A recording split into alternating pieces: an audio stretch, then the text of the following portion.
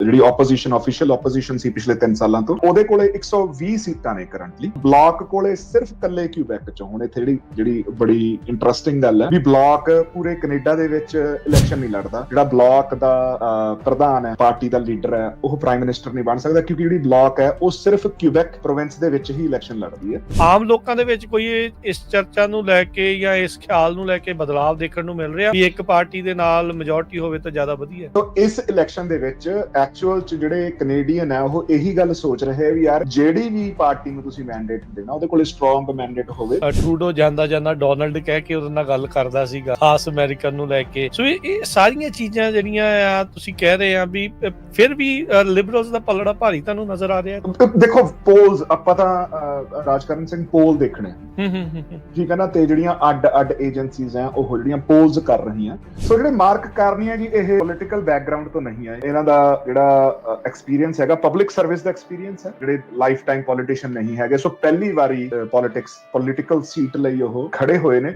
2008 ਦੇ ਵਿੱਚ ਜਦੋਂ ਸਾਰੀ ਦੁਨੀਆ ਦੇ ਵਿੱਚ ਕ੍ਰੈਸ਼ ਆਇਆ ਉਦੋਂ ਮਾਰਕ ਕਾਰਨੀ ਜਿਹੜਾ ਬੈਂਕ ਆਫ ਕੈਨੇਡਾ ਉਹਦੇ ਗਵਰਨਰ। ਸੋ ਜਿਹੜੇ ਪੀਅਰ ਪੋਲੀਏਵ ਹੈ ਉਹ ਬਿਲਕੁਲ ਮਾਰਕ ਕਾਰਨੀ ਤੋਂ ਆਪੋਜ਼ਿਟ ਹੈ। ਉਹਨਾਂ ਨੇ ਕਦੇ ਵੀ ਕਿਸੇ ਵੀ ਇੰਡਸਟਰੀ ਦੇ ਵਿੱਚ ਕੰਮ ਨਹੀਂ ਕੀਤਾ। ਉਹ 23 ਸਾਲਾਂ ਦੇ ਪਹਿਲੀ ਵਾਰੀ ਮੈਂਬਰ ਪਾਰਲੀਮੈਂਟ ਇਲੈਕਟ ਹੋਏ ਤੇ ਉਦੋਂ ਤੋਂ ਉਹ ਸਰਕਾਰ ਦੇ ਵਿੱਚ ਸੋ ਐਸਟੈਬਲਿਸ਼ਮੈਂਟ ਪੋਲੀਟੀਸ਼ੀਅਨ ਆ। ਪਤਾ ਵੀ ਜਗਮੀਤ ਸਿੰਘ ਪੇਸ਼ੇ ਵਜੋਂ ਲਾਇਰ ਹੈ।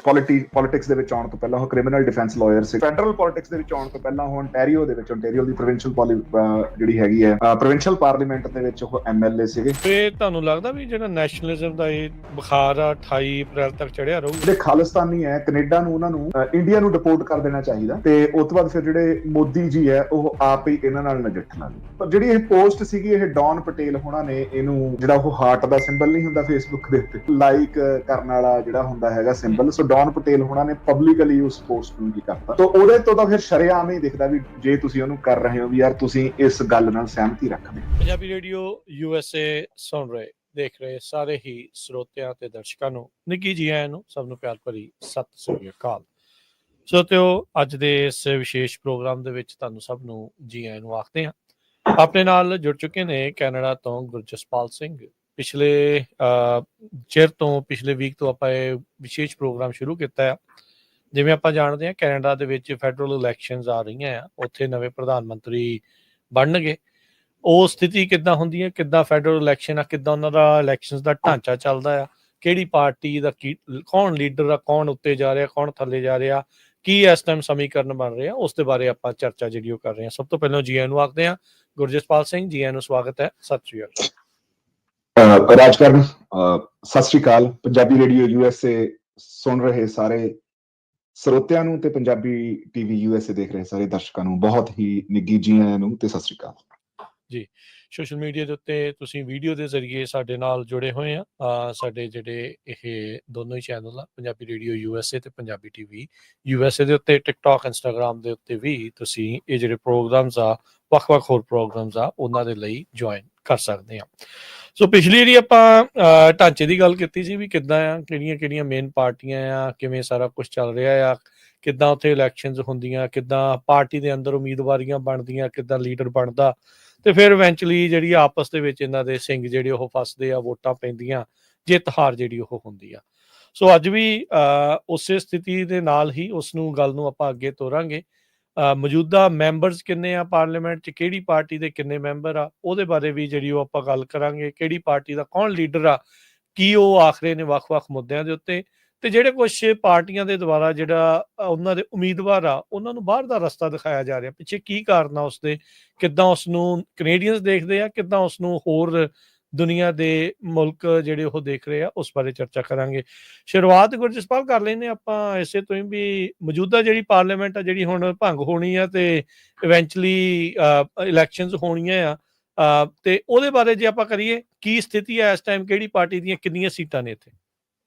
ਹਾਂਜੀ ਰਾਜਕਰਨ, ਸੋ ਜਿਹੜੀ ਇਸ ਵੇਲੇ ਕੈਨੇਡਾ ਦੇ ਵਿੱਚ ਲਿਬਰਲ ਗਵਰਨਮੈਂਟ ਦੀ ਸਰਕਾਰ ਹੈ। ਸੋ ਪਿਛਲੇ ਹਫ਼ਤੇ ਆਪਾਂ ਜਿਹੜਾ ਡਿਸਕਸ਼ਨ ਕੀਤਾ ਸੀਗਾ ਵੀ 4 ਮੇਜਰ ਪਾਰਟੀਆਂ ਹੈਗੀਆਂ ਜਿਨ੍ਹਾਂ ਦੀ ਇੱਥੇ ਸੀਟਾਂ ਨੇ, ਤੇ ਉਹਦੇ ਚ ਆਪਣੀ ਜਿਹੜੀ ਗੱਲ ਇੱਕ ਉੱਥੇ ਰਹਿ ਗਈ ਸੀਗੀ ਵੀ ਜਿਹੜੀ ਸਾਡੀ ਕੰਜ਼ਰਵੇਟਿਵ ਪਾਰਟੀ ਹੈ ਉਹ ਵੀ ਜੇ ਸਪੈਕਟਰਮ ਤੇ ਅਮਰੀਕਾ ਦੀ ਡੈਮੋਕ੍ਰੈਟਿਕ ਪਾਰਟੀ ਨਾਲੋਂ ਲੈਫਟ ਆਉਂਦੀ ਹੈ ਜੀ। ਸੋ ਵੀ ਲੱਗਣ ਨੂੰ ਚਾਹੇ ਉਹ ਇੱਥੇ ਸਾਨੂੰ ਕੈਨੇਡਾ ਦੇ ਵਿੱਚ ਇਦਾਂ ਲੱਗਦਾ ਵੀ ਹਾਂ ਉਹ ਪੋਲੀਟੀਕਲ ਸਪੈਕਟਰਮ ਤੇ ਰਾਈਟ ਹੈ। ਸੋ ਪਰ ਜਿਹੜੀ ਸਾਡੇ ਸਰਕਾਰ ਹੈ ਪਿਛਲੇ ਲਗਭਗ 10 ਸਾਲਾਂ ਤੋਂ, ਉਹ ਹੈਗੀ ਹੈ ਲਿਬਰਲਸ ਦੀ। ਜਿਹੜੇ ਲਿਬਰਲ ਨੇ ਉਹ ਪੋਲੀਟੀਕਲ ਸਪੈਕਟਰਮ ਤੇ, ਜਿਹੜਾ ਕੈਨੇਡਾ ਦਾ ਪੋਲੀਟੀਕਲ ਸਪੈਕਟਰਮ ਹੈ ਉਹਦੇ ਵਿੱਚ ਉਹ ਮਿਡਲ ਚ ਮੰਨੇ ਜਾਂਦੇ ਨੇ ਵੀ ਕੰਜ਼ਰਵੇਟਿਵ ਰਾਈਟ। ਆਪਣੇ ਜਿਹੜੀ NDP ਹੈ, ਜਿਹੜੀ ਜਗਮੀਤ ਸਿੰਘ ਹੋਣਾ ਦੀ ਪਾਰਟੀ ਹੈ, ਉਹ ਲੈਫਟ ਮੰਨੀ ਜਾਂਦੀ ਹੈ ਸਪੈਕਟਰਮ ਤੇ, ਜਿਹੜੀ ਕਿ ਜ਼ਿਆਦਾ ਵਰਕਰਸ ਨੂੰ, ਯੂਨੀਅਨਸ ਨੂੰ ਸਪੋਰਟ ਕਰਦੀ ਹੈ। ਤੇ ਜਿਹੜੀ ਬਲਾਕ ਹੈ, ਜਿਹੜੀ ਚੌਥੀ ਪਾਰਟੀ ਹੈ ਬਲਾਕ ਕਿਊਬੋਸਿਸ, ਉਹ ਕੱਲੇ ਕਿਊਬੈਕ ਦੇ ਵਿੱਚ ਹੈਗੀ ਹੈ ਜੀ ਉਹ ਪਾਰਟੀ। ਤੇ ਉਹ ਵੀ ਲੈਫਟ ਲੀਨਿੰਗ ਹੀ ਪਾਰਟੀ ਹੈ, ਉਹ ਵੀ ਸੋਸ਼ਲਿਸਟ ਵੈਲਿਊਜ਼ ਉਹਨਾਂ ਦੀਆਂ ਹੈਗੀਆਂ। ਸੋ ਜਿਹੜੀ ਪਿਛਲੇ 10 ਸਾਲਾਂ ਤੋਂ ਲਿਬਰਲ ਸਰਕਾਰ ਹੈ, ਪਰ ਜਿਹੜੀਆਂ ਪਿਛਲੀਆਂ ਇਲੈਕਸ਼ਨ ਸੀਗੀਆਂ, ਜਿਹੜੀਆਂ 3 ਸਾਲ ਪਹਿਲਾਂ ਹੋਈਆਂ ਸੀਗੀਆਂ, ਉਹਦੇ ਵਿੱਚ ਲਿਬਰਲ ਪਾਰਟੀ ਕੋਲੇ 152 ਸੀਟਾਂ ਹੀ ਰਹਿ ਗਈਆਂ ਸੀ। ਸੋ ਕਿਸੇ ਵੀ ਪਾਰਟੀ ਨੂੰ ਸਰਕਾਰ ਬਣਾਉਣ ਲਈ 172 ਸੀਟਾਂ ਚਾਹੀਦੀਆਂ ਨੇ ਕੈਨੇਡਾ ਦੇ ਵਿੱਚ, ਤੇ ਉਹ 152 ਸੀਟਾਂ ਤੋਂ ਫਿਰ ਉਹਨਾਂ ਨੂੰ ਸਰਕਾਰ ਬਣਾਉਣ ਲਈ ਜਿਹੜੀ ਸਪੋਰਟ ਹੈ ਉਹ ਬਲਾਕ ਨੇ ਵੀ ਕਰਤੀ ਸੀਗੀ, ਪਰ ਜਿਹੜੀ ਉਹਨਾਂ ਨੇ NDP ਪਾਰਟੀ ਨਾਲ ਰਲ ਕੇ ਉਹ ਪਿਛਲੇ 3 ਸਾਲਾਂ ਤੋਂ ਸਰਕਾਰ ਬਣਾ ਰਹੇ ਆ। ਸੋ ਪਿਛਲੇ ਸਾਲ ਜਦੋਂ ਲਿਬਰਲ ਪਾਰਟੀ ਦੀ ਜਿਹੜੀ ਪਪੂਲੈਰਿਟੀ ਉਹ ਬਹੁਤ ਜ਼ਿਆਦਾ ਘਟ ਗਈ, ਉਦੋਂ ਸਗੋਂ ਜਗਮੀਤ ਸਿੰਘ ਹੋਣਾ ਨੇ ਜਿਹੜੀ ਉਹਨਾਂ ਨਾਲ ਜਿਹੜਾ ਸਪੋਰਟ ਸੀਗੀ ਉਹ ਵਾਪਸ ਖਿੱਚ ਲਈ ਸੀ। ਹਾਲਾਂਕਿ ਉਹਨਾਂ ਨੇ ਸਰਕਾਰ ਨਹੀਂ ਸਿੱਟੀ, ਪਰ ਉਹਨਾਂ ਨੇ ਇੱਕ ਵਾਰੀ ਉਸ ਜਿਹੜੀ ਸਪੋਰਟ ਲਿਬਰਲ ਪਾਰਟੀ ਨੂੰ ਦਿੱਤੀ ਹੋਈ ਸੀ ਉਹ ਵਾਪਸ ਖਿੱਚ ਲਈ ਸੀ। NDP ਕੋਲੇ 24 ਸੀਟਾਂ ਸੀਗੀਆਂ, ਸੋ 152 ਤੇ 24 ਰਲਾ ਕੇ 172 ਤੋਂ ਟੱਪ ਜਾਂਦੀਆਂ ਸੀਗੀਆਂ। ਸੋ ਉਹ ਦੋ ਪਾਰਟੀਆਂ ਨਾਲ ਹੀ ਜਿਹੜੀ ਸਰਕਾਰ ਹੈ ਉਹ ਜਸਟਿਨ ਟਰੂਡੋ ਦੀ ਬਣੀ ਹੋਈ ਸੀ। ਕੰਜ਼ਰਵੇਟਿਵ ਪਾਰਟੀ ਜਿਹੜੀ ਦੂਜੀ ਵੱਡੀ ਪਾਰਟੀ ਸੀਗੀ, ਜਿਹੜੀ ਆਪੋਜੀਸ਼ਨ, ਆਫੀਸ਼ੀਅਲ ਆਪੋਜੀਸ਼ਨ ਸੀ ਪਿਛਲੇ 3 ਸਾਲਾਂ ਤੋਂ, ਉਹਦੇ ਕੋਲੇ 120 ਸੀਟਾਂ ਨੇ ਕਰੰਟਲੀ। ਬਲਾਕ ਕੋਲੇ ਸਿਰਫ ਕੱਲੇ ਕਿਊਬੈਕ ਚੋਂ। ਹੁਣ ਇੱਥੇ ਜਿਹੜੀ ਬੜੀ ਇੰਟਰਸਟਿੰਗ ਗੱਲ ਹੈ ਵੀ ਬਲਾਕ ਪੂਰੇ ਕੈਨੇਡਾ ਦੇ ਵਿੱਚ ਇਲੈਕਸ਼ਨ ਨਹੀਂ ਲੜਦਾ। ਜਿਹੜਾ ਬਲਾਕ ਦਾ ਪ੍ਰਧਾਨ ਹੈ, ਪਾਰਟੀ ਦਾ ਲੀਡਰ ਹੈ, ਉਹ ਪ੍ਰਾਈਮ ਮਿਨਿਸਟਰ ਨਹੀਂ ਬਣ ਸਕਦਾ, ਕਿਉਂਕਿ ਜਿਹੜੀ ਬਲਾਕ ਹੈ ਉਹ ਸਿਰਫ ਕਿਊਬੈਕ ਪ੍ਰੋਵਿੰਸ ਦੇ ਵਿੱਚ ਹੀ ਇਲੈਕਸ਼ਨ ਲੜਦੀ ਹੈ। ਰੀਜਨਲ ਪਾਰਟੀ ਆ। ਹਾਂਜੀ ਹਾਂ, ਤੇ ਉਹਦੇ ਕੋਲੇ ਸਿਰਫ ਕਿਊਬੈਕ ਦੇ ਵਿੱਚ 33 ਸੀਟਾਂ ਉਹਨਾਂ ਕੋਲੇ ਸੀਗੀਆਂ, ਤੇ ਉਸ ਤੋਂ ਬਾਅਦ ਫਿਰ 3 ਇੰਡੀਪੈਂਡੈਂਟ ਤੇ 2 ਗ੍ਰੀਨ ਪਾਰਟੀ ਕੋਲ ਸੀ ਸੀਟਾਂ, ਜਿਹੜੀਆਂ ਇਹ ਕਰੰਟ ਸਥਿਤੀ ਹੈ ਜੀ। ਠੀਕ ਹੈ। ਸੋ ਇਹ ਜਿਹੜੀ ਚੀਜ਼ਾਂ ਜਿਹੜੀਆਂ ਬਣੀਆਂ, ਪਿਛਲੀ ਵਾਰ ਵੀ ਆਪਾਂ ਇਹ ਗੱਲ ਕੀਤੀ ਸੀ ਵੀ ਕੈਨੇਡੀਅਨ ਜਿਹੜੀ ਕੋਲੀਸ਼ਨ ਦੀ ਸਰਕਾਰ ਨੂੰ ਪਸੰਦ ਕਰਦੇ ਆ, ਮਾਈਨੋਰਿਟੀ ਦੀ ਸਰਕਾਰ ਨੂੰ ਪਸੰਦ ਕਰਦੇ ਆ, ਵੀ ਕੁਛ ਪਰਸੈਂਟੇਜ ਜਿਹੜਾ ਇਸ ਟਾਈਮ ਮੌਜੂਦਾ ਸਰਕਾਰ ਦੇ ਹਿਸਾਬ ਨਾਲ ਗੱਲ ਕਰੀਏ ਵੀ ਉਹ ਲਿਬਰਲ ਦਾ ਆ ਜਾਂਦਾ ਪਰਸੈਂਟੇਜ ਵੋਟਾਂ, ਕੁਛ ਪਰਸੈਂਟੇਜ ਵੋਟਾਂ NDP ਦੀਆਂ ਆ ਜਾਂਦੀਆਂ, ਬਲਾਕ ਵਾਲਿਆਂ ਨੇ ਵੀ ਜਿੱਦਾਂ ਸਮਰਥਨ ਕੀਤਾ ਕੁਛ ਪਰਸੈਂਟੇਜ ਫਿਰ ਵੋਟਾਂ ਉਹ ਆ ਜਾਂਦੀਆਂ। ਸੋ ਇਵੈਂਚੁਅਲੀ ਮੈਜੋਰਟੀ ਲੋਕਾਂ ਦੀ ਜਿਹੜੀ ਨੁਮਾਇੰਦਗੀ ਆ ਉਹ ਦੇਖਣ ਨੂੰ ਜਿਹੜੀ ਉਹ ਮਿਲਦੀ ਆ। ਪਰ ਕੀ ਇਹ ਚਰਚਾ ਚੱਲਦੀ ਆ ਉੱਥੇ ਪਾਰਟੀਆਂ ਦੇ ਵਿੱਚ? ਤਾਂ ਚਲੋ ਹੈ ਹੀ ਆਬਵੀਅਸਲੀ ਵੀ ਪੂਰਨ ਬਹੁਮਤ ਤੋਂ ਚਾਹੁੰਦੇ ਆ। ਆਮ ਲੋਕਾਂ ਦੇ ਵਿੱਚ ਕੋਈ ਇਸ ਚਰਚਾ ਨੂੰ ਲੈ ਕੇ ਜਾਂ ਇਸ ਖਿਆਲ ਨੂੰ ਲੈ ਕੇ ਬਦਲਾਵ ਦੇਖਣ ਨੂੰ ਮਿਲ ਰਿਹਾ ਵੀ ਇੱਕ ਪਾਰਟੀ ਦੇ ਨਾਲ ਮੈਜੋਰਟੀ ਹੋਵੇ ਤਾਂ ਜ਼ਿਆਦਾ ਵਧੀਆ? ਬਿਲਕੁਲ, ਰਾਜਕਰ ਨੇ ਬਹੁਤ ਤੁਹਾਡਾ ਵਧੀਆ ਜਿਹੜਾ ਆਬਜ਼ਰਵੇਸ਼ਨ ਹੈ ਤੇ ਸਵਾਲ ਹੈ। ਸੋ ਇਸ ਇਲੈਕਸ਼ਨ ਦੇ ਵਿੱਚ ਐਕਚੁਅਲ ਚ ਜਿਹੜੇ ਕੈਨੇਡੀਅਨ ਹੈ ਉਹ ਇਹੀ ਗੱਲ ਸੋਚ ਰਹੇ ਵੀ ਯਾਰ ਜਿਹੜੀ ਵੀ ਪਾਰਟੀ ਨੂੰ ਤੁਸੀਂ ਮੈਂਡੇਟ ਦੇਣਾ ਉਹਦੇ ਕੋਲ ਸਟਰੋਂਗ ਮੈਂਡੇਟ ਹੋਵੇ, ਕਿਉਂਕਿ ਜਿਹੜਾ ਅਮਰੀਕਾ ਦੇ ਵਿੱਚ ਜਿਹੜਾ ਬਦਲਾਵ ਆਇਆ ਜਿਹੜਾ ਪਿਛਲੀ ਇਲੈਕਸ਼ਨ ਦੇ ਵਿੱਚ, ਤੇ ਜਿਹੜੇ ਅਮਰੀਕਾ ਤੋਂ ਕੈਨੇਡੀਅਨ ਤਾਂ ਉਹਨੂੰ ਅਟੈਕ ਹੀ ਮੰਨਦੇ ਨੇ, ਜਿਹੜੀ ਟ੍ਰੇਡ ਵਾਰ ਚੱਲ ਰਹੀ ਹੈ ਜਾਂ ਜਿਹੜੀ ਅਨਸਰਟਨਟੀ ਬਣੀ ਹੋਈ ਹੈ ਉਹਦੇ ਨਾਲ ਕਹਿੰਦੇ ਨਜਿੱਠਣ ਲਈ ਜਿਸ ਵੀ ਪਾਰਟੀ ਦੀ ਸਰਕਾਰ ਬਣਦੀ ਹੈ ਉਹਦੇ ਕੋਲੇ ਸਟਰੋਂਗ ਮੈਂਡੇਟ ਚਾਹੀਦਾ। ਸੋ ਇਹ ਬਿਲਕੁਲ ਸ਼ਿਫਟ ਦੇਖਣ ਨੂੰ ਮਿਲ ਰਿਹਾ, ਤੇ ਜਿਹੜੇ ਪੋਲ ਨੰਬਰਸ ਵੀ ਨੇ ਉਹ ਵੀ ਉਸ ਚੀਜ਼ ਨੂੰ ਉਹ ਸਫਾਈ ਦੇ ਰਹੇ ਆ ਵੀ। ਸੋ ਲੋਕ ਜਿਹੜੀ ਚਾਹੇ ਉਹ ਕੰਜ਼ਰਵੇਟਿਵ ਨੇ, ਚਾਹੇ ਲਿਬਰਲ ਹੈ ਜਾਂ NDP ਹੈ, ਉਹ ਆਪਣੀ ਸਾਰੀ ਸਪੋਰਟ ਨੂੰ ਕੰਸੋਲੀਡੇਟ ਕਰਕੇ, ਸੋ ਜਿਹੜਾ ਲੱਗ ਰਿਹਾ ਜਿਹੜੀ ਅਗਲੀ ਇਲੈਕਸ਼ਨ ਹੈ ਉਹਦੇ ਵਿੱਚ ਜਿਹੜਾ ਵੀ ਬੰਦਾ ਬਣਦਾ ਉਹਦੇ ਕੋਲੇ ਮੋਸਟ ਲਾਈਕਲੀ ਕਲੀਅਰ ਮੈਜੋਰਿਟੀ ਹੋਊਗੀ। ਸੋ ਜਿਹੜੀ 44ਵੀਂ ਪਾਰਲੀਮੈਂਟ ਆ ਕੈਨੇਡਾ ਦੀ, ਉਹ ਇਸ ਟਾਈਮ ਡਿਸੋਲਵ ਹੋ ਚੁੱਕੀ ਆ। ਇਲੈਕਸ਼ਨਾਂ ਤੁਹਾਡੇ ਆ ਰਹੀਆਂ, ਕਦੋਂ ਇਲੈਕਸ਼ਨਾਂ ਤੁਹਾਡੇ ਉੱਦਾਂ ਗੁਰਜਸਪਾਲ? ਸਾਡੇ ਜੀ ਇਹ ਇਲੈਕਸ਼ਨ 29 ਅਪ੍ਰੈਲ ਨੂੰ। 29 ਅਪ੍ਰੈਲ ਨੂੰ, ਸੋ ਥੋੜਾ ਹੀ ਵਕਤ ਰਹਿ ਗਿਆ। ਹੁਣ ਚਾਰਾਜੋਈ ਸਾਰਿਆਂ ਨੇ ਜਿਹੜੀ ਉਹ ਸ਼ੁਰੂ ਕਰ ਦੇਣੀ ਆ, ਜ਼ੋਰ ਪੂਰਾ ਜਿਹੜਾ ਉਹ ਲੱਗਣਾ ਸ਼ੁਰੂ ਹੋ ਜਾਣਾ। ਇਹ ਹੁਣ ਸਾਰੀਆਂ ਦੀਆਂ ਸਾਰੀਆਂ ਸੀਟਾਂ ਤੇ ਹੋਣੀਆਂ ਆ ਜਾਂ ਕਿਤੇ ਕੋਈ ਬਾਈ ਇਲੈਕਸ਼ਨ ਆ ਜਾਂ ਕੁਝ ਸੀਟਾਂ ਜਿਹੜੀਆਂ ਉਹ ਰਹਿ ਜਾਂਦੀਆਂ ਹੁੰਦੀਆਂ ਵੇਕੈਂਟ ਆ, ਜਾਂ ਇਦਾਂ ਦੀ ਕੋਈ ਚੀਜ਼ ਤੇ ਨਹੀਂ ਆ? ਜਾਂ 338 ਦੀਆਂ 338 ਤੇ ਹੋਣੀਆਂ? 338 ਦੀਆਂ 300 ਐਕਚੁਅਲ ਚ ਜੀ ਇਹਨਾਂ ਨੇ 5 ਸੀਟਾਂ ਕੀ ਹੋਰ ਐਡ ਕੀਤੀਆਂ, ਸੋ ਠੀਕ ਹੈ। 343 ਦੀਆਂ 343 ਦੀ। ਤੇ ਮੈਂ ਮਾਫੀ ਚਾਹੁੰਦਾ 28 ਅਪ੍ਰੈਲ ਨੂੰ ਹੈ ਜੀ ਇਲੈਕਸ਼ਨ, 28 ਸੋ ਨੂੰ ਇੱਕ ਦਿਨ ਮੈਂ ਅੱਗੇ ਕਰ ਗਿਆ। ਪਰ ਜਿਹੜੀ ਹੁਣ ਜਿਹੜੇ VOTING ਕਾਰਡ ਤਾਂ ਆਲਰੇਡੀ ਮੇਲ ਚ ਆ ਗਿਆ। ਸੋ ਜਿਹੜਾ ਤੁਹਾਡੇ ਸਵਾਲ ਦਾ ਜਵਾਬ ਜੀ, ਹਾਂਜੀ ਸਾਰੀਆਂ ਥਰੂ ਆਊਟ ਕੈਨੇਡਾ ਸਾਰੀਆਂ ਦੀਆਂ ਸਾਰੀਆਂ ਸੀਟਾਂ ਤੇ ਇਲੈਕਸ਼ਨ ਹੋਣੀ ਹੈ। ਜਿਹੜੀਆਂ ਪਾਰਲੀਮੈਂਟ ਦੀਆਂ ਅਨਲੈਸ ਕੋਈ ਬਾਈ ਇਲੈਕਸ਼ਨ ਨਾ ਹੋਵੇ, ਜਿਹੜੀਆਂ ਮੈਂਬਰ ਪਾਰਲੀਮੈਂਟ ਦੀਆਂ ਸੀਟਾਂ ਨੇ। ਸੋ ਗੁਰਜਸਪਾਲ, ਜਿੱਦਾਂ ਤੁਸੀਂ ਫਿਰ ਹੁਣ ਦੱਸ ਰਹੇ ਵੀ ਲੋਕਾਂ ਦੇ ਵਿੱਚ ਹੁਣ ਰੁਝਾਨ ਬਦਲਣਾ, ਵਿਚਾਰ ਬਦਲਣਾ ਜਿਹੜਾ ਸ਼ੁਰੂ ਹੋਇਆ ਵੀ ਜਿਹੜੇ ਹੁਣ ਸਿੰਘ ਫਸੇ ਪਏ ਆ ਜਾਂ ਜੋ ਵੀ ਆ, ਵੀ ਇੱਕ ਮਜ਼ਬੂਤ ਸਰਕਾਰ ਆਵੇ ਜਿਹਨੂੰ ਮਤਲਬ ਬਾਕੀ ਪਾਰਟੀਆਂ ਦੇ ਸਹਾਰੇ ਦੀ ਲੋੜ ਨਾ ਹੋਵੇ, ਆਪਣੇ ਸਿਰ ਦੇ ਉੱਤੇ ਫੈਸਲਾ ਲੈ ਸਕਣ। ਹਾਂਜੀ, ਉਹਨਾਂ ਚ ਡਿਸੀਜਨ ਮੇਕਿੰਗ ਸੌਖੀ ਹੋ ਜਾਂਦੀ ਹੈ ਨਾ ਜੀ। ਇਵਨ ਦੋ ਹੁਣ ਜਿਹੜੀ ਕਰੰਟ ਲਿਬਰਲ ਗਵਰਨਮੈਂਟ ਹੈਗੀ ਆ, ਉਹਦੀ ਕੋਸ਼ਿਸ਼ ਇਹ ਆ ਵੀ ਹਾਂ ਸਾਰੇ ਕੈਨੇਡਾ ਨੂੰ ਨਾਲ ਲੈ ਕੇ ਚੱਲਿਆ ਜਾਵੇ। ਪਰ ਕਈ ਵਾਰੀ ਕਈ ਜਿਹੜੇ ਛੋਟੇ ਫੈਸਲੇ ਹੁੰਦੇ ਆ, ਸਪੈਸ਼ਲੀ ਹੁਣ ਜਿਵੇਂ ਕੱਲ ਡੋਨਲਡ ਟਰੰਪ ਸਰਕਾਰ ਨੇ ਸਾਰੀ ਦੁਨੀਆ ਤੇ ਟੈਰਿਫ ਲਾਏ, ਤੇ ਉਹਦੇ ਵਿੱਚ ਜਿਹੜੇ ਆਟੋ ਦੇ ਜਿਹੜੇ ਟੈਰਿਫਸ ਆ ਉਹ ਕਿਕ ਇਨ ਹੋਏ ਆ। ਜਿਹੜੇ ਕੈਨੇਡੀਅਨ ਆਟੋ ਸੈਕਟਰ ਆ ਉਹਦੇ ਤੇ 25% ਦਾ ਟੈਰਿਫ ਅਮਰੀਕਾ ਨੇ ਕੱਲ ਲਾਇਆ। ਸੋ ਹੁਣ ਉਹਦੇ ਲਈ ਰਾਈਟ ਵੇ ਰਿਸਪੌਂਡ ਕਰਨਾ ਸਰਕਾਰ ਦੀ ਮਜਬੂਰੀ ਬਣ ਜਾਂਦੀ ਹੈ। ਏਦਾਂ ਹੀ ਹਾਂ, ਹੁਣ ਜੇ ਉਹ ਸਰਕਾਰ ਕਿਸੇ ਹੋਰ ਪਾਰਟੀ ਤੇ ਡਿਪੈਂਡੈਂਟ ਹੈ ਤਾਂ ਉਹਨੇ ਡਿਸੀਜਨ ਫੈਸਲੇ ਲੈਣੇ ਥੋੜੇ ਔਖੇ ਹੋ ਜਾਂਦੇ ਆ। ਸੋ ਮੈਨੂੰ ਲੱਗਦਾ ਲੋਕੀ ਇਹ ਗੱਲ ਸਮਝਦੇ ਆ, ਪਰ ਰਾਜਕਾਰਨ ਜਿਹੜੀ ਇਹਦੇ ਚ ਜਿਹੜਾ ਸ਼ਿਫਟ ਦੇਖਿਆ ਨਾ ਪਿਛਲੇ 1.5 ਮਹੀਨੇ ਦੇ ਵਿੱਚ, ਉਹ ਕਮਾਲ ਦਾ।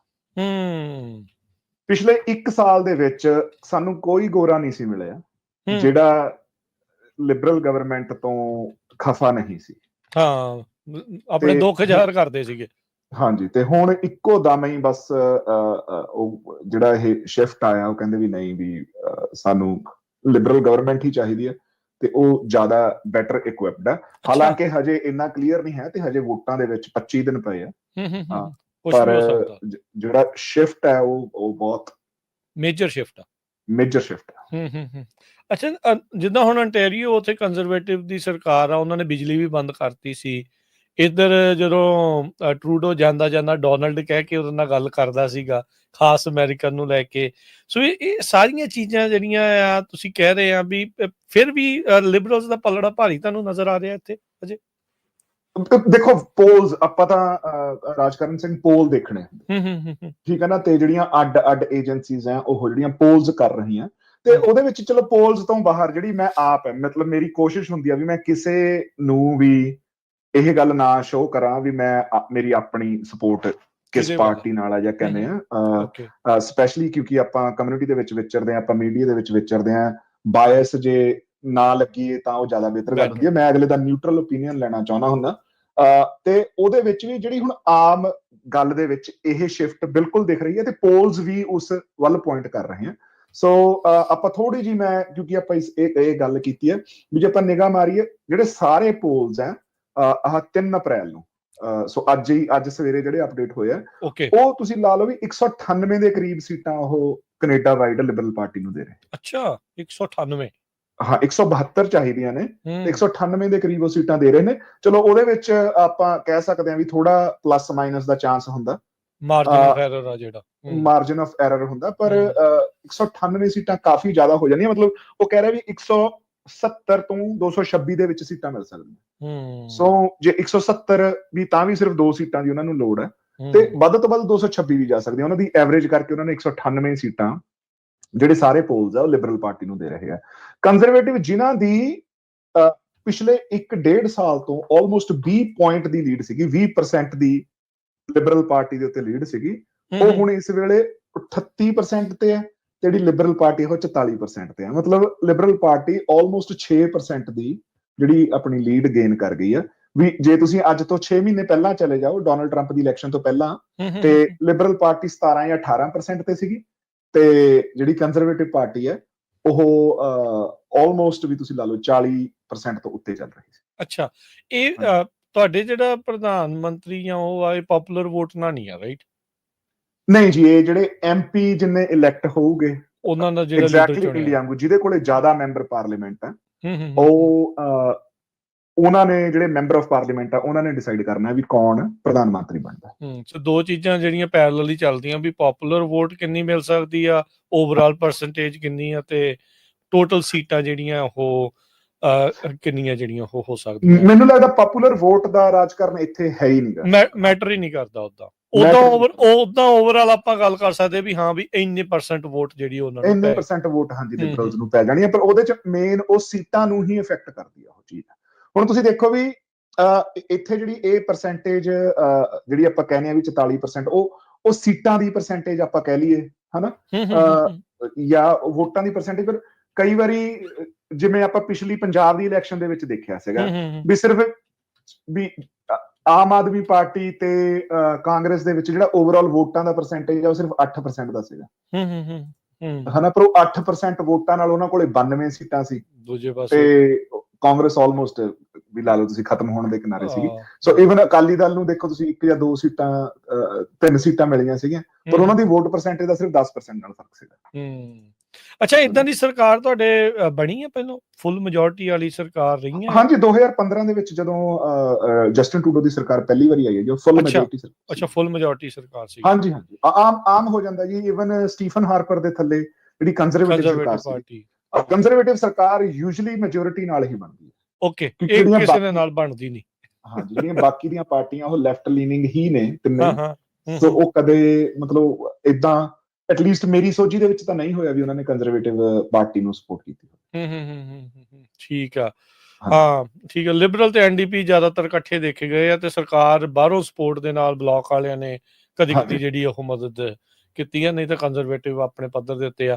ਅੱਛਾ, ਹੁਣ ਪੋਲੀਵੀਅਰ ਦੇ ਲਈ ਬੜਾ ਔਖਾ ਵਕਤ ਹੋਣਾ, ਜਿਹੜਾ 1.5 ਸਾਲ ਤੋਂ ਆਪਣੇ ਆਪ ਨੂੰ ਅਗਲਾ ਪ੍ਰਧਾਨ ਮੰਤਰੀ ਸੋਚ ਰਿਹਾ ਸੀ, ਉਸ ਹਿਸਾਬ ਦੇ ਨਾਲ ਵਿਚਰ ਰਿਹਾ ਸੀ, ਅਚਨਚੇਤ ਤੇ ਉਹਦੇ ਵੀ ਪੈਰਾਂ ਹੇਠੋਂ ਜ਼ਮੀਨ ਨਿਕਲੀ। ਬਿਲਕੁਲ ਜੀ, ਬਹੁਤ ਜ਼ਿਆਦਾ ਚੈਲੰਜਿੰਗ ਹੈ। ਜਿਹੜੀਆਂ ਜੇ ਆਪਾਂ ਨਿਊਜ਼ ਮੀਡੀਆ ਪੜ੍ਹਦੇ ਹਾਂ, ਜਿਹੜਾ ਬਾਕੀ ਸਾਰਾ ਅਸੀਂ ਕੈਨੇਡਾ ਦੇ ਵਿੱਚ ਜਿਹੜੀਆਂ ਖਬਰਾਂ ਨੂੰ ਗੌਰ ਨਾਲ ਦੇਖੀਏ, ਤਾਂ ਉਹਦੇ ਵਿੱਚ ਲੋਕੀ ਪੀਅਰ ਪੋਲੀਏਵ ਨੂੰ ਇਹ ਸਲਾਹ ਦੇ ਰਹੇ ਆ ਵੀ ਤੂੰ ਜਿਹੜੀ ਤੇਰੀ ਇਲੈਕਸ਼ਨ ਟੀਮ ਹੈਗੀ ਆ, ਜਿਹੜੀ ਤੇਰੀ ਕੈਂਪੇਨ ਟੀਮ ਹੈਗੀ ਆ, ਉਹਨੂੰ ਰਿਵਿਊ ਕਰ, ਜਾਂ ਦੇਖ ਵੀ ਤੂੰ ਕਿਹੜੇ ਹੋਰ ਬੰਦੇ ਲੈ ਕੇ ਆ ਸਕਦੇ ਜਾਂ ਕੋਈ ਨਵੀਂ ਸਟ੍ਰੈਟਜੀ ਲੈ ਕੇ ਆ। ਸੋ ਉਸੇ ਸੰਬੰਧ ਦੇ ਵਿੱਚ ਪਿਛਲੇ ਹਫ਼ਤੇ 10 ਦਿਨ ਤੋਂ ਤਿੰਨੇ ਹੀ ਪਾਰਟੀਆਂ ਨੇ ਬਹੁਤ ਅਨਾਉਂਸਮੈਂਟਸ ਦੀ ਵੀ ਝੜੀ ਲਾਈ ਹੋਈ ਹੈ। ਹੁਣ ਜਿਵੇਂ ਕੰਜ਼ਰਵੇਟਿਵ, ਸੋ ਘਰਾਂ ਦਾ ਮਸਲਾ ਬਹੁਤ ਵੱਡਾ ਹੈ ਕੈਨੇਡਾ ਦੇ ਵਿੱਚ, ਤੇ ਤਿੰਨੇ ਹੀ ਪਾਰਟੀਆਂ ਕਹਿ ਰਹੀਆਂ ਵੀ ਯਾਰ ਅਸੀਂ ਘਰਾਂ ਦਾ ਮਸਲਾ ਹੱਲ ਕਰਾਂਗੇ, ਤੇ ਉਹਨਾਂ ਨੇ ਤਿੰਨਾਂ ਨੇ ਪਿਛਲੇ 10 ਦਿਨ ਦੇ ਵਿੱਚ ਆਪਣੀ ਅਪਰੋਚ ਸਾਂਝੀ ਕੀਤੀ। ਤੇ ਆਪਾਂ ਇਹਨਾਂ ਮਸਲਿਆਂ ਦੇ ਨਾ ਡੀਟੇਲ ਦੇ ਵਿੱਚ ਅਗਲੇ ਹਫ਼ਤਿਆਂ ਦੇ ਵਿੱਚ ਜਾਵਾਂਗੇ। ਮੰਨ ਲਓ ਘਰਾਂ ਵਾਲੇ ਮਸਲਿਆਂ ਤੇ ਕੰਜ਼ਰਵੇਟਿਵ ਪਾਰਟੀ ਦੀ ਕੀ ਅਪਰੋਚ ਹੈ, ਐਨਡੀਪੀ ਦੀ ਕੀ ਅਪਰੋਚ ਹੈ, ਤਾਂ ਕਰਕੇ ਜਿਹੜੇ ਆਪਣੇ ਕੈਨੇਡਾ ਦੇ ਲਿਸਨਰ ਹੈ ਉਹਨਾਂ ਨੂੰ ਵੀ ਅਸੀਂ ਇਸ ਚੀਜ਼ ਦੀ ਜਾਣਕਾਰੀ ਦੇ ਸਕੀਏ। ਤੇ ਜਿਹੜੀ ਦੂਜੀ ਗੱਲ ਹੈ ਵੀ ਅਮਰੀਕਾ ਦਾ ਜਿਹੜਾ ਸਾਡਾ ਲਿਸਨਰਸ਼ਿਪ ਹੈਗੀ, ਉਹਨਾਂ ਲਈ ਕੰਪੈਰੀਜ਼ਨ ਹੋ ਜਾਂਦਾ। ਰਿਸ਼ਤੇਦਾਰ ਤਾਂ ਸਾਰਿਆਂ ਦੇ ਕੈਨੇਡਾ ਹੈਗੇ, ਉਹ ਤੁਹਾਡੇ ਵਾਲੇ ਦੇ ਇੱਧਰ ਵਾਲੇ ਦੇ ਉੱਧਰ ਸਾਰੇ ਪਾਸੇ ਹੀ ਆ। ਹਾਂਜੀ, ਠੀਕ ਆ। ਸੋ ਤੁਹਾਡੇ ਵੋਟਰ ਕਿੰਨੇ ਆ ਟੋਟਲ? ਇਹ ਕੁਝ ਹੈ ਆਂਕੜਾ ਤੁਹਾਡੇ ਕੋਲ? ਮੈਂ ਦੇਖ ਰਿਹਾ ਸੀਗਾ ਵੀ 35 ਮਿਲੀਅਨ ਪਾਪੂਲੇਸ਼ਨ ਮੰਨੀ ਜਾਂਦੀ ਹੈ। 35 ਮਿਲੀਅਨ ਪਾਪੂਲੇਸ਼ਨ ਹੈ ਜੀ। 27 ਮਿਲੀਅਨ ਸ਼ਾਇਦ ਇਲੈਕਟਰਲਸ ਜਿਹੜੇ ਲਿਸਟ ਦੇ ਉੱਤੇ ਆ। ਲਾਸਟ ਟਾਈਮ 2021 ਚ 62% ਟਰਨ ਆਊਟ ਸੀਗਾ ਤੁਹਾਡਾ, 62 ਤੋਂ 63%। ਸੋ 17 ਮਿਲੀਅਨ ਲੋਕਾਂ ਨੇ ਜਿਹੜੀ ਉਹ ਵੋਟਾਂ ਜਿਹੜੀਆਂ ਉਹ ਪਾਈਆਂ ਸੀਗੀਆਂ। ਦੇਖ ਲਓ, ਵੈਸੇ ਕਮਾਲ ਦੀ ਗੱਲ ਆ, ਜਿੰਨੀ ਤੁਹਾਡੇ ਪੂਰੇ ਮੁਲਕ ਦੀ ਉਨੀ ਸਾਡੇ ਸੂਬੇ ਦੀ ਆ। ਨਹੀਂ, ਕੈਲੀਫੋਰਨੀਆ ਦੀ ਆਬਾਦੀ ਮੇਰੇ ਖਿਆਲ ਨਾਲ 39 ਆ। 39 ਤੋਂ 40 ਮਿਲੀਅਨ ਜਿਹੜੀ ਆ ਕੈਨੇਡਾ ਨਾਲੋਂ ਜ਼ਿਆਦਾ ਹੈ ਜੀ। ਤੇ ਜਿਹੜਾ ਮੈਨੂੰ ਲੱਗਦਾ ਕੈਲੀਫੋਰਨੀਆ ਦਾ ਜਿਹੜਾ ਇਕਨੋਮੀ ਵੀ ਸਾਈਜ਼ ਆਫ ਇਕਨੋਮੀ ਵੀ ਕਦੇ ਕੈਨੇਡਾ ਵੱਡੀ ਹੋ ਜਾਂਦੀ ਹੈ, ਕਦੇ ਕੈਲੀਫੋਰਨੀਆ ਬਰਾਬਰ ਉੱਥੇ ਹੀ ਆ। 4ਵੇਂ-5ਵੇਂ ਨੰਬਰ ਦੇ ਉੱਤੇ ਕੱਲੀ ਕੈਲੀਫੋਰਨੀਆ ਦੀ ਇਕਨੋਮੀ ਜਿਹੜੀ ਉਹ ਚੱਲ। ਅਜੇ ਤਾਂ ਗੁਰਜਸਪਾਲ ਉਹ ਆ ਜਿਹੜੇ ਅਨਡਾਕੂਮੈਂਟਡ ਕਹਿੰਦੇ, ਉਹ ਤਾਂ ਜੇ ਗਿਣਦੇ ਨਹੀਂ ਅਸੀਂ ਵੀ ਉਹ ਗਿਣਦੇ ਨਹੀਂ ਵੀ ਉਹ ਜੇ ਦੇਖਿਆ ਜਾਵੇ ਤਾਂ ਉਹ ਹੋਰ ਵੀ ਜ਼ਿਆਦਾ ਜਿਹੜਾ। ਮੈਨੂੰ ਲੱਗਦਾ ਜੇ ਆਪਾਂ ਜਿਹੜੀ ਰਿਪਬਲਿਕਨ ਪਾਰਟੀ ਆ, ਜਿਹੜਾ ਐਂਟੀ ਇਮੀਗ੍ਰੇਸ਼ਨ ਰਿਟੋਰਿਕ ਚੱਲੀ ਹੈ, ਜੇ ਉਹਨਾਂ ਨੂੰ ਮੰਨਣ ਲੱਗ ਪਈਏ, ਉਹਨਾਂ ਦੇ ਹਿਸਾਬ ਨਾਲ ਤਾਂ ਵੀ ਲਗਭਗ ਅਨਡਾਕੂਮੈਂਟਡ ਇਮੀਗ੍ਰੈਂਟਸ ਦੀ ਆਬਾਦੀ ਹੀ ਕੈਨੇਡਾ 'ਚ ਨਹੀਂ ਹੋਣੀ। ਠੀਕ ਹੈ, ਅੱਧੀ ਤਾਂ ਹੈਗੀ ਹੋਈ ਆ। ਜਿੰਨਾ ਇਹਨੇ ਤੁਹਾਡੇ ਵੋਟ ਪਾਈ ਉਨੀ ਤਾਂ ਹੈਗੀ ਉਹ ਮੰਨਦੇ ਇੱਥੇ। ਅੱਛਾ, ਹੁਣ ਆਪਾਂ ਪਾਰਟੀਆਂ ਦੀ ਗੱਲ ਕਰਦੇ ਨਾ, ਲੀਡਰਸ ਦੀ ਗੱਲ ਕਰਦੇ ਆ। ਲਿਬਰਲ ਪਾਰਟੀ, ਸ਼ੁਰੂਆਤ ਉਹਨਾਂ ਤੋਂ ਹੀ ਕਰ ਲੈਂਦੇ ਆ। ਮੌਜੂਦਾ ਸਰਕਾਰ ਦੇ ਵਿੱਚ ਉਹ ਮੇਨ ਸੀਗੇ, ਮੈਜੋਰਟੀ ਦੇ ਵਿੱਚ ਸੀਗੇ। ਸੋ ਉਸ ਪਾਰਟੀ ਦਾ ਦੱਸੋ ਕੀ ਏਜੰਡਾ ਇਸ ਟਾਈਮ ਚੱਲ ਰਿਹਾ ਹੈ? ਮਾਈਕ ਜਿਹੜੇ ਕਾਰਨੀ ਆ, ਉਹਨਾਂ ਬਾਰੇ ਥੋੜਾ ਹੋਰ ਜਾਣਕਾਰੀ ਦੱਸੋ। ਸੋ ਜਿਹੜੇ ਮਾਰਕ ਕਾਰਨੀ ਆ ਜੀ, ਇਹ ਪੋਲੀਟੀਕਲ ਬੈਕਗ੍ਰਾਉਂਡ ਤੋਂ ਨਹੀਂ ਆਏ। ਇਹਨਾਂ ਦਾ ਜਿਹੜਾ ਐਕਸਪੀਰੀਅੰਸ ਹੈਗਾ ਪਬਲਿਕ ਸਰਵਿਸ ਦਾ ਐਕਸਪੀਰੀਅੰਸ ਹੈ, ਪਰ ਜਿਹੜੇ ਲਾਈਫ ਟਾਈਮ ਪੋਲੀਟੀਸ਼ੀਅਨ ਨਹੀਂ ਹੈਗੇ। ਸੋ ਪਹਿਲੀ ਵਾਰੀ ਕਿਸੇ ਪੋਲੀਟੀਕਲ ਸੀਟ ਲਈ ਉਹ ਖੜੇ ਹੋਏ ਨੇ। 2008 ਦੇ ਵਿੱਚ ਜਦੋਂ ਸਾਰੀ ਦੁਨੀਆ ਦੇ ਵਿੱਚ ਕ੍ਰੈਸ਼ ਆਇਆ, ਉਦੋਂ ਮਾਰਕ ਕਾਰਨੀ ਜਿਹੜਾ ਬੈਂਕ ਆਫ ਕੈਨੇਡਾ ਉਹਦੇ ਗਵਰਨਰ ਸੀ। ਸੋ ਜਿਹੜੀ ਇੱਥੇ ਬੈਂਕ ਆਫ ਕੈਨੇਡਾ ਹੈ ਕੈਨੇਡਾ ਦੇ ਵਿੱਚ, ਜਿਵੇਂ ਅਮਰੀਕਾ ਦੇ ਵਿੱਚ ਰਿਜ਼ਰਵ ਬੈਂਕ ਹੈ, ਸੋ ਏਦਾਂ ਕੈਨੇਡਾ ਦੇ ਵਿੱਚ ਬੈਂਕ ਆਫ ਕੈਨੇਡਾ ਉਹ ਇੱਕ ਇੰਡੀਪੈਂਡੈਂਟ ਬਾਡੀ ਆ ਜਿਹੜੀ ਕੈਨੇਡਾ ਦੀ ਇਕਨੋਮੀ ਦੇ ਜਿਹੜੇ ਸਾਰੇ ਜਿਹੜੇ ਡਿਸੀਜਨ ਹੈਗੇ ਉਹਦੇ ਵਿੱਚ ਉਹਨਾਂ ਦੇ ਆਪਣੇ ਇੰਡੀਪੈਂਡੈਂਟ ਡਿਸੀਜਨ ਲੈਂਦੀ ਹੈ, ਜਿਹਦੇ ਵਿੱਚ ਇੰਟਰਸਟ ਰੇਟ ਹੋ ਗਿਆ, ਜਿਹੜੀ ਮੋਨਿਟਰੀ ਪਾਲਿਸੀ ਹੈ, ਉਹਦੇ ਵਿੱਚ ਉਹ ਆਪਣੇ ਉਹਨਾਂ ਕੋਲ ਇੰਡੀਪੈਂਡੈਂਟ ਡਿਸੀਜਨ ਪਾਵਰ ਵੀ ਹੈ ਤੇ ਉਹ ਸਰਕਾਰ ਨੂੰ ਵੀ ਮਦਦ ਕਰਦੇ ਆ। ਸੋ 2008 ਦੇ ਰਿਸੈਸ਼ਨ ਵੇਲੇ mark Carney bank of Canada ਦੇ ਗਵਰਨਰ ਸੀਗੇ ਤੇ ਜਿਹੜੀ ਹੁਣ ਉਹਨਾਂ ਦੀ ਪੋਲੀਟੀਕਲ ਕੈਂਪੇਨ ਹੈ ਉਹ ਉਸ ਵੇਲੇ 2008 ਦੇ ਵਿੱਚ ਅਮਰੀਕਾ ਦਾ ਹਾਲ ਸਾਰਿਆਂ ਨੂੰ ਪਤਾ ਵੀ ਉਦੋਂ ਘਰਾਂ ਦੇ ਬਹੁਤ ਜ਼ਿਆਦਾ ਕ੍ਰੈਸ਼ ਹੋਇਆ ਸੀਗਾ, ਸਾਰੀ ਇਕਨੋਮੀ ਕ੍ਰੈਸ਼ ਹੋ ਗਈ ਸੀਗੀ। ਉਹਦੇ ਤੋਂ ਕੈਨੇਡਾ ਲਾਰਜਲੀ ਬਚਿਆ ਰਿਹਾ ਸੀਗਾ। 2008 ਦਾ ਜਿਹੜਾ ਰਿਸੈਸ਼ਨ ਹੈ ਉਹਦਾ ਕੈਨੇਡਾ ਦੇ ਵਿੱਚ ਲਗਭਗ ਨੈਗਲੀਜੀਬਲ ਪ੍ਰਭਾਵ ਸੀਗਾ।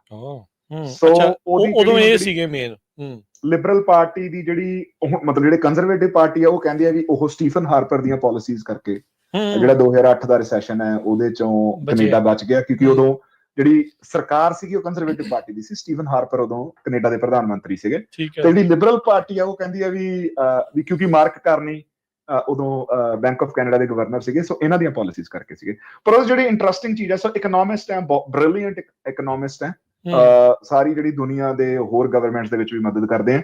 ਇੰਗਲੈਂਡ ਦੇ ਵਿੱਚੋਂ ਜਦੋਂ ਬ੍ਰੈਗਜ਼ਿਟ ਹੋਣ ਤੋਂ ਬਾਅਦ ਇੰਗਲੈਂਡ ਦੀ ਇਕਨੋਮੀ ਥੱਲੇ ਗਈ ਹੈ, ਉਦੋਂ ਇੰਗਲੈਂਡ ਇਹਨਾਂ ਨੂੰ bank of England the governor ਲੈ ਕੇ ਗਏ ਆ। ਸੋ ਫਿਰ ਉੱਥੋਂ ਕੈਨੇਡਾ ਦੇ ਇਹ ਬੈਂਕ ਆਫ ਕੈਨੇਡਾ ਦੇ ਗਵਰਨਰ ਤੋਂ ਬਾਅਦ ਇੰਗਲੈਂਡ ਦੇ ਇਹ ਬੈਂਕ ਆਫ ਇੰਗਲੈਂਡ ਦੇ ਗਵਰਨਰ ਰਹੇ ਆ ਤੇ ਉਸ ਤੋਂ ਬਾਅਦ ਵਰਲਡ ਇਕਨੋਮਿਕ ਫੋਰਮ ਜਾਂ ਹੋਰ ਜਿੰਨੀਆਂ ਵੀ ਮੋਨਿਟਰੀ ਜਿਹੜੀਆਂ ਪਾਲਿਸੀਜ਼ ਹੈਗੀਆਂ ਉਹਨਾਂ ਦੇ ਵਿੱਚ ਇਨਵੋਲਵਡ ਰਹੇ ਆ ਪ੍ਰਾਈਵੇਟ ਬੈਂਕਰ ਨੇ। ਸੋ ਉਹਦੇ ਚ ਹੁਣ ਐਕਚੁਅਲ ਚ ਜਿਹੜੀ ਉਹਨਾਂ ਤੇ ਇਲਜ਼ਾਮ ਵੀ ਲੱਗ ਰਹੇ ਆ। ਸੋ ਜਿਹੜੀ ਦੂਜੇ ਪਾਸੇ ਦੀ ਗੱਲ ਹੈ ਵੀ ਉਹਨਾਂ ਨੇ ਜਿਹੜੇ ਬਰੁਕਸਫੀਲਡ ਐਸੋਸੀਏਟਸ ਕਰਕੇ ਉਹਨਾਂ ਦੀ ਜਿਹੜੀ ਬ੍ਰੋਕਰੇਜ ਹੈਗੀ ਆ ਵੀ ਉਹ ਇਹਨਾਂ ਟੈਰਿਫਸ ਲੱਗਣ ਤੋਂ ਪਹਿਲਾਂ ਉਹਨਾਂ ਨੇ ਜਿਹੜੀ ਆਪਣੀ ਕੰਪਨੀ ਨੂੰ ਅਮਰੀਕਾ ਮੂਵ ਕੀਤੀ ਜਾਂ ਜਿਹੜੀਆਂ ਟੈਕਸ ਅਵੋਇਡੈਂਸ ਦੀਆਂ ਜਿਹੜੀਆਂ ਸਟ੍ਰੈਟਜੀਜ਼ ਜਿਹੜੀਆਂ ਸਾਰੇ ਵਰਤਦੇ ਆ, ਜਿਨ੍ਹਾਂ ਕਰਕੇ ਡੋਨਲਡ ਟਰੰਪ ਨੂੰ ਮੇਨ ਮੰਨਿਆ ਜਾਂਦਾ ਵੀ ਇਹਨਾਂ ਨੇ ਵੀ ਜਦੋਂ ਪ੍ਰਾਈਵੇਟ ਲਾਈਫ ਦੇ ਵਿੱਚ ਆਪਣੀਆਂ ਪ੍ਰਾਈਵੇਟ ਕੰਪਨੀਜ਼ ਦੇ ਵਿੱਚ ਉਹ ਵਾਲੀਆਂ ਪਾਲਿਸੀਜ਼ ਅਪਣਾਈਆਂ ਵੀ ਟੈਕਸ ਕਿਵੇਂ ਘੱਟ ਤੋਂ ਘੱਟ ਦਿੱਤਾ ਜਾਵੇ। ਸੋ ਇਹ ਇਲਜ਼ਾਮ ਮਾਰਕ ਕਾਰਨੀ ਦੇ ਉੱਤੇ ਲੱਗਦੇ ਆ, ਪਰ ਇਸ ਗੱਲ ਦੇ ਵਿੱਚ ਕੋਈ ਵੀ ਬੰਦਾ ਕੋਈ ਡਾਊਟ ਨਹੀਂ ਕਰਦਾ ਵੀ ਜਦੋਂ ਇਕਨੋਮਿਕਸ ਦੇ ਪੱਖ ਤੋਂ ਵੀ ਇਹਨਾਂ ਦੀ ਕੈਪੇਬਿਲਿਟੀ ਤੇ ਸ਼ੱਕ ਨਹੀਂ ਕੀਤਾ ਜਾ ਸਕਦਾ। ਜੇ ਆਪਾਂ ਸਿੱਧੇ ਲਫ਼ਜ਼ਾਂ ਦੇ ਵਿੱਚ ਕਹਿਣਾ ਹੋਵੇ ਜੀ, ਮਾਰਕ ਕਾਰਨੀ ਕੈਨੇਡਾ ਦੇ ਮਨਮੋਹਨ ਸਿੰਘ ਹੈ। ਉਹ ਪੈਰਲਲ ਦੇਖ ਸਕਦੇ ਆਪਾਂ, ਬਿਲਕੁਲ ਪੈਰਲਲ ਦੇਖ ਸਕਦੇ ਹਾਂ। ਸੋ ਇਕਨੋਮਿਕਸ ਬੈਕਗ੍ਰਾਉਂਡ ਤੋਂ ਆਉਂਦੇ ਆ ਤੇ ਪੋਲੀਟੀਸ਼ੀਅਨ ਨਹੀਂ ਹੈਗੇ। ਸੌਰੀ, ਮੈਂ ਤੇ ਇੱਕ ਚੀਜ਼ ਜਿਹੜੀ ਨਾਲ ਹੀ ਗੱਲ ਕਰ ਲੈਣਾ ਚਾਹੁੰਦਾ, ਇਸ ਤੋਂ ਪਹਿਲਾਂ ਗੱਲ ਜਿਹੜੀ ਵਿਸਰ ਜਵੇ, ਕੀ ਕੈਨੇਡਾ ਦੇ ਵਿੱਚ ਵੀ ਐਂਟੀ ਐਸਟੈਬਲਿਸ਼ਮੈਂਟ ਦਾ ਦੌਰ ਜਿਹੜਾ ਉਹ ਚੱਲ ਰਿਹਾ ਵੀ ਜਿੱਦਾਂ ਡੋਨਲਡ ਟਰੰਪ ਹੋਣਾ ਦਾ ਇੱਕ ਹਿਸਾਬ ਦੇ ਨਾਲ ਉੱਤੇ ਆਉਣਾ 2016 ਤੋਂ ਲੈ ਕੇ ਹੁਣ ਤੱਕ ਵੀ ਲੋਕ ਅੱਕੇ ਪਏ ਆ ਪੋਲੀਟੀਸ਼ੀਅਨਸ ਤੋਂ, ਜਿਹੜੇ ਬ੍ਰੈਡ ਐਂਡ ਬਟਰ ਜਿਨ੍ਹਾਂ ਦੀ ਪੋਲੀਟੀਸ਼ੀਅਨ ਨਵੇਂ ਬੰਦੇ ਚਾਹੁੰਦੇ ਆ, ਡਿਫਰੈਂਟ ਚਾਹੁੰਦੇ ਆ, ਉਹੀ ਚੀਜ਼ ਕੈਨੇਡਾ ਚ ਹੁਣ ਉਹ ਥੋੜਾ ਦਾ ਪ੍ਰਭਾਵ ਦਿਖ ਰਿਹਾ ਸੀਗਾ। ਜਿਹੜਾ ਆਪਣਾ ਕੋਵਿਡ ਦੇ ਦੌਰਾਨ ਜਿਹੜਾ ਆਪਣਾ ਟਰੱਕਰਸ ਪ੍ਰੋਟੈਸਟ ਹੋਇਆ ਸੀ ਆਟਵਾ ਦੇ ਵਿੱਚ, ਉਹ ਬਿਲਕੁਲ ਉਹ ਉਸੇ ਸੁਰ ਦੇ ਉੱਤੇ ਸੀਗਾ ਤੇ ਜਿਹੜੇ ਉਹ ਸਾਰੇ ਜਿਹੜੇ ਉਹਨਾਂ ਦੇ ਉਸ ਪ੍ਰੋਟੈਸਟ ਦੇ ਜਿਹੜੇ ਮੈਂਬਰ ਹੈਗੇ ਆ ਉਹ ਐਕਚੁਅਲ ਚ ਇਹ ਚਾਹੁੰਦੇ ਆ ਵੀ ਹਾਂ ਯਾਰ ਗਵਰਨਮੈਂਟ ਦੀ ਘੱਟ ਤੋਂ ਘੱਟ ਸਾਡੀ ਜ਼ਿੰਦਗੀ ਦੇ ਵਿੱਚ ਇੰਟਰਫੇਰੈਂਸ ਹੋਵੇ ਤੇ ਉਹ ਇਸੇ ਚੀਜ਼ ਦੀ ਪ੍ਰੋਟੈਸਟ ਕਰ ਰਹੇ ਸੀਗੇ। ਫਿਰ ਜਿਹੜੀ ਗਵਰਨਮੈਂਟ ਦੀ ਇੰਟਰਫੇਰੈਂਸ ਆ ਉਹਦੇ ਚ ਇਹ ਚੀਜ਼ ਗੱਲ ਆਉਂਦੀ ਹੈ ਵੀ ਜਿਹੜੀ ਕੰਜ਼ਰਵੇਟਿਵ ਪਾਰਟੀ ਆ ਉਹ ਗਵਰਨਮੈਂਟ ਦੀ ਇਨਵੋਲਵਮੈਂਟ ਘਟਾਉਣੀ ਚਾਹੁੰਦੀ ਹੈ। ਇੱਥੇ ਮੈਂ ਇੱਕ ਕਦਮ ਹੋਰ ਪਿੱਛੇ ਲੈਣਾ ਵੀ ਕੈਨੇਡਾ ਨੂੰ ਇੱਕ ਸੋਸ਼ਲਿਸਟ ਮੁਲਕ ਤੁਸੀਂ ਕਹਿ ਸਕਦੇ ਆ ਵੀ ਸੈਮਾਈ ਸੋਸ਼ਲਿਸਟ, ਕਿਉਂਕਿ ਜਿਹੜਾ ਹੈਲਥ ਕੇਅਰ ਹੈ, ਜਿਹੜੀ ਐਜੂਕੇਸ਼ਨ ਹੈ ਹਨਾ, ਉਹਨਾਂ ਦੇ ਵਿੱਚ ਜਾਂ ਈਵਨ ਹੁਣ ਥੋੜਾ ਡੈਂਟਲ ਕੇਅਰ ਵੀ ਇਹਨਾਂ ਨੇ ਕੀਤੀ ਹੈ ਤੇ ਫਾਰਮਾ ਕੇਅਰ ਵੀ ਜਿਹੜੀ ਇੰਟਰੋਡਿਊਸ ਕੀਤੀ ਹੈ। ਸੋ ਕੈਨੇਡਾ ਆਪਣੇ ਜਿਹੜੇ ਸਿਟੀਜ਼ਨਸ ਹੈ ਸਰਕਾਰ ਦੀ ਇੰਟਰਫੇਰੈਂਸ ਨਾਲ ਉਹਨਾਂ ਨੂੰ ਇੱਕ ਸੇਫਟੀ ਨੈਟ ਦੇ ਕੇ ਉਹਨਾਂ ਦੀ ਸੰਭਾਲ ਕਰਨ ਦੀ ਕੋਸ਼ਿਸ਼ ਕਰਦਾ। ਉਹਦਾ ਪਰ ਇਹ ਵੀ ਮਤਲਬ ਹੈ ਵੀ ਟੈਕਸਿਸ ਜ਼ਿਆਦਾ ਹੈ। ਹੁਣ ਜਦੋਂ ਕੈਨੇਡਾ ਨੇ ਜਿਹੜੀ ਵੈਕਸੀਨ ਪਾਲਿਸੀ ਸੀਗੀ, ਜਦੋਂ ਕੈਨੇਡਾ ਕਿਉਂਕਿ ਹੈਲਥ ਕੇਅਰ ਸਰਕਾਰੀ ਹੈ, ਕੈਨੇਡਾ ਨੂੰ ਉਹ ਚੀਜ਼ ਫੋਰਸ ਕਰਨੀ ਬਹੁਤ ਸੌਖੀ ਸੀ। ਸੋ ਹੁਣ ਜਿਹੜੇ ਉਹਦੇ ਵਿੱਚੋਂ ਫਿਰ ਜਿਹੜੀਆਂ ਐਂਟੀ ਐਸਟੈਬਲਿਸ਼ਮੈਂਟਸ ਹੋਰਾਂ ਉਨੀਆਂ ਸਟਰੋਂਗ ਨਹੀਂ ਜਿੰਨੀ ਅਮਰੀਕਾ ਦੇ ਵਿੱਚ, ਪਰ ਉਹ ਨਿਕਲੀਆਂ ਸੀ। ਤੇ ਪਰ ਜਨਰਲੀ ਜਿਹੜੀ ਸਪੋਰਟ ਹੈਗੀ ਹੈ, ਲੋਕੀ ਇੱਥੇ ਗਵਰਨਮੈਂਟ ਦੇ ਹਾਮੀ ਹੀ ਹੈਗੇ ਆ। ਮੈਨੂੰ ਪਤਾ ਨਹੀਂ ਤੁਹਾਡਾ ਕੈਨੇਡੀਅਨ ਗੋਰਿਆਂ ਨਾਲ ਕਿੰਨਾ ਕੁ ਵਾਹ ਪਿਆ, ਪਰ ਜਨਰਲੀ ਬਹੁਤ ਮਾਈਲਡ ਸੁਭਾਅ ਦੇ ਲੋਕੀ ਹੁੰਦੇ ਆ। ਮਤਲਬ ਜਿਹੜੀ ਐਕਸਟ੍ਰੀਮ ਗੱਲ ਕਰਨ ਨੂੰ ਜਿੰਨਾ ਮੈਂ ਹੁਣ ਤੱਕ ਦੇਖਿਆ ਜਿਹੜੇ ਕੈਨੇਡੀਅਨ ਹੈ ਉਹ ਚੱਲਦੇ ਹੀ ਆ, ਉਹ ਪਰਹੇਜ਼ ਹੀ ਕਰਦੇ ਆ। ਹਾਂਜੀ, ਨਹੀਂ, ਇਹ ਤਾਂ ਹੁਣ ਸਾਡੇ ਲਈ ਤਾਂ ਸਟੀਰੀਓਟਾਈਪ ਇਹੀ ਆ ਵੀ ਸੌਰੀ ਦੇ ਲਈ ਵੀ ਇਹਨਾਂ ਨੇ ਸੌਰੀ ਕਹਿਣਾ ਹੁੰਦਾ ਹੈ। ਸੋ ਵੀ ਇਸ ਹਿਸਾਬ ਦੇ ਨਾਲ ਜਿਹੜਾ ਕੈਨੇਡਾ ਆ ਉਹ ਕਰਦਾ ਆ। ਰੈਸਟੋਰੈਂਟ ਤੱਤੇ ਹੋਏ ਫਿਰਦੇ ਆ ਤੁਸੀਂ ਜਦੋਂ ਤੋਂ ਕਬਜ਼ਾ ਕਰਨ ਨੂੰ ਫਿਰਦੇ ਆ। ਅੱਛਾ, ਇਹ ਸੀਗੇ ਮਾਰਕ ਕਾਰਨੀ। ਹੁਣ ਜਿਹੜੇ ਮੇਨ ਕੰਟੈਂਡਰ ਜਿਨ੍ਹਾਂ ਦਾ ਨਾਮ ਜ਼ਿਆਦਾ ਆ ਰਿਹਾ, ਜਿਹੜੇ ਪੀਅਰ ਪੋਲੀਵੇਅਰ ਜਿਹੜੇ ਆ ਕੰਜ਼ਰਵੇਟਿਵ ਪਾਰਟੀ ਦੇ, ਉਹਨਾਂ ਬਾਰੇ ਥੋੜਾ ਦੱਸੋ। ਸੋ ਜਿਹੜੇ ਪੀਅਰ ਪੋਲੀਵੇਅਰ ਹੈ ਉਹ ਬਿਲਕੁਲ ਮਾਰਕ ਕਾਰਨੀ ਤੋਂ ਉਹਨਾਂ ਦਾ ਆਪੋਜ਼ਿਟ ਹੈ। ਉਹਨਾਂ ਨੇ ਕਦੇ ਵੀ ਕਿਸੇ ਵੀ ਇੰਡਸਟਰੀ ਦੇ ਵਿੱਚ ਕੰਮ ਨਹੀਂ ਕੀਤਾ। ਉਹ 23 ਸਾਲਾਂ ਦੇ ਪਹਿਲੀ ਵਾਰੀ ਮੈਂਬਰ ਪਾਰਲੀਮੈਂਟ ਇਲੈਕਟ ਹੋ ਗਏ ਸੀ। ਅੱਛਾ। ਤੇ ਉਦੋਂ ਤੋਂ ਉਹ ਸਰਕਾਰ ਦੇ ਵਿੱਚ ਹੈ। ਸੋ ਐਸਟੈਬਲਿਸ਼ਮੈਂਟ ਪੋਲੀਟੀਸ਼ੀਅਨ ਆ। ਐਸਟੈਬਲਿਸ਼ਡ ਪੋਲੀਟੀਸ਼ੀਅਨ ਹੈ ਜੀ। ਤੁਸੀਂ ਵੀ ਚੌਥੀ ਟਰਮ ਹੈ ਉਹਨਾਂ ਦੀ। ਸਟੀਫਨ ਹਾਰਪਰ ਦੀ ਸਰਕਾਰ ਵੇਲੇ ਉਹ ਮਿਨਿਸਟਰ ਵੀ ਰਹੇ ਹੈ। ਅੱਛਾ। ਤੇ ਜਿਹੜਾ ਵੀ ਮਤਲਬ ਉਹਨਾਂ ਨੇ ਸਾਰੀ ਜ਼ਿੰਦਗੀ ਪੋਲਿਟਿਕਸ ਹੀ ਕੀਤੀ ਹੈ। ਉਹਨਾਂ ਨੇ ਪੋਲਿਟਿਕਸ ਹੀ ਕੀਤੀ ਹੈ।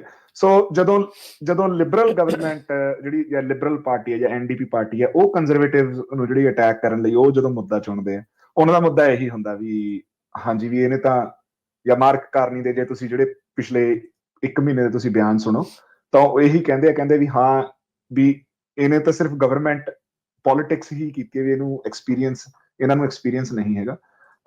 ਪਰ ਜਿਹੜਾ ਉਹਨਾਂ ਦਾ ਸਟਾਂਸ ਹੈਗਾ ਪਿਛਲੇ ਆਪਾਂ ਲਾ ਲਓ ਵੀ 1-1.5 ਸਾਲ ਤੋਂ, ਉਹ ਅਗੇਨ ਜਿਹੜਾ ਬਹੁਤ ਰਾਈਟ ਜਿਹੜਾ ਸਟਾਂਸ ਹੈਗਾ ਵੀ ਅਸੀਂ, ਕਿਉਂਕਿ ਉਹ ਐਲਬਰਟਾ ਤੋਂ ਆਉਂਦੇ ਤੇ ਜਿਹੜਾ ਐਲਬਰਟਾ ਹੈ ਉਹ ਸਾਡੇ ਮੇਨ ਐਨਰਜੀ ਪ੍ਰਧਾਨ ਸੂਬਾ ਹੈ।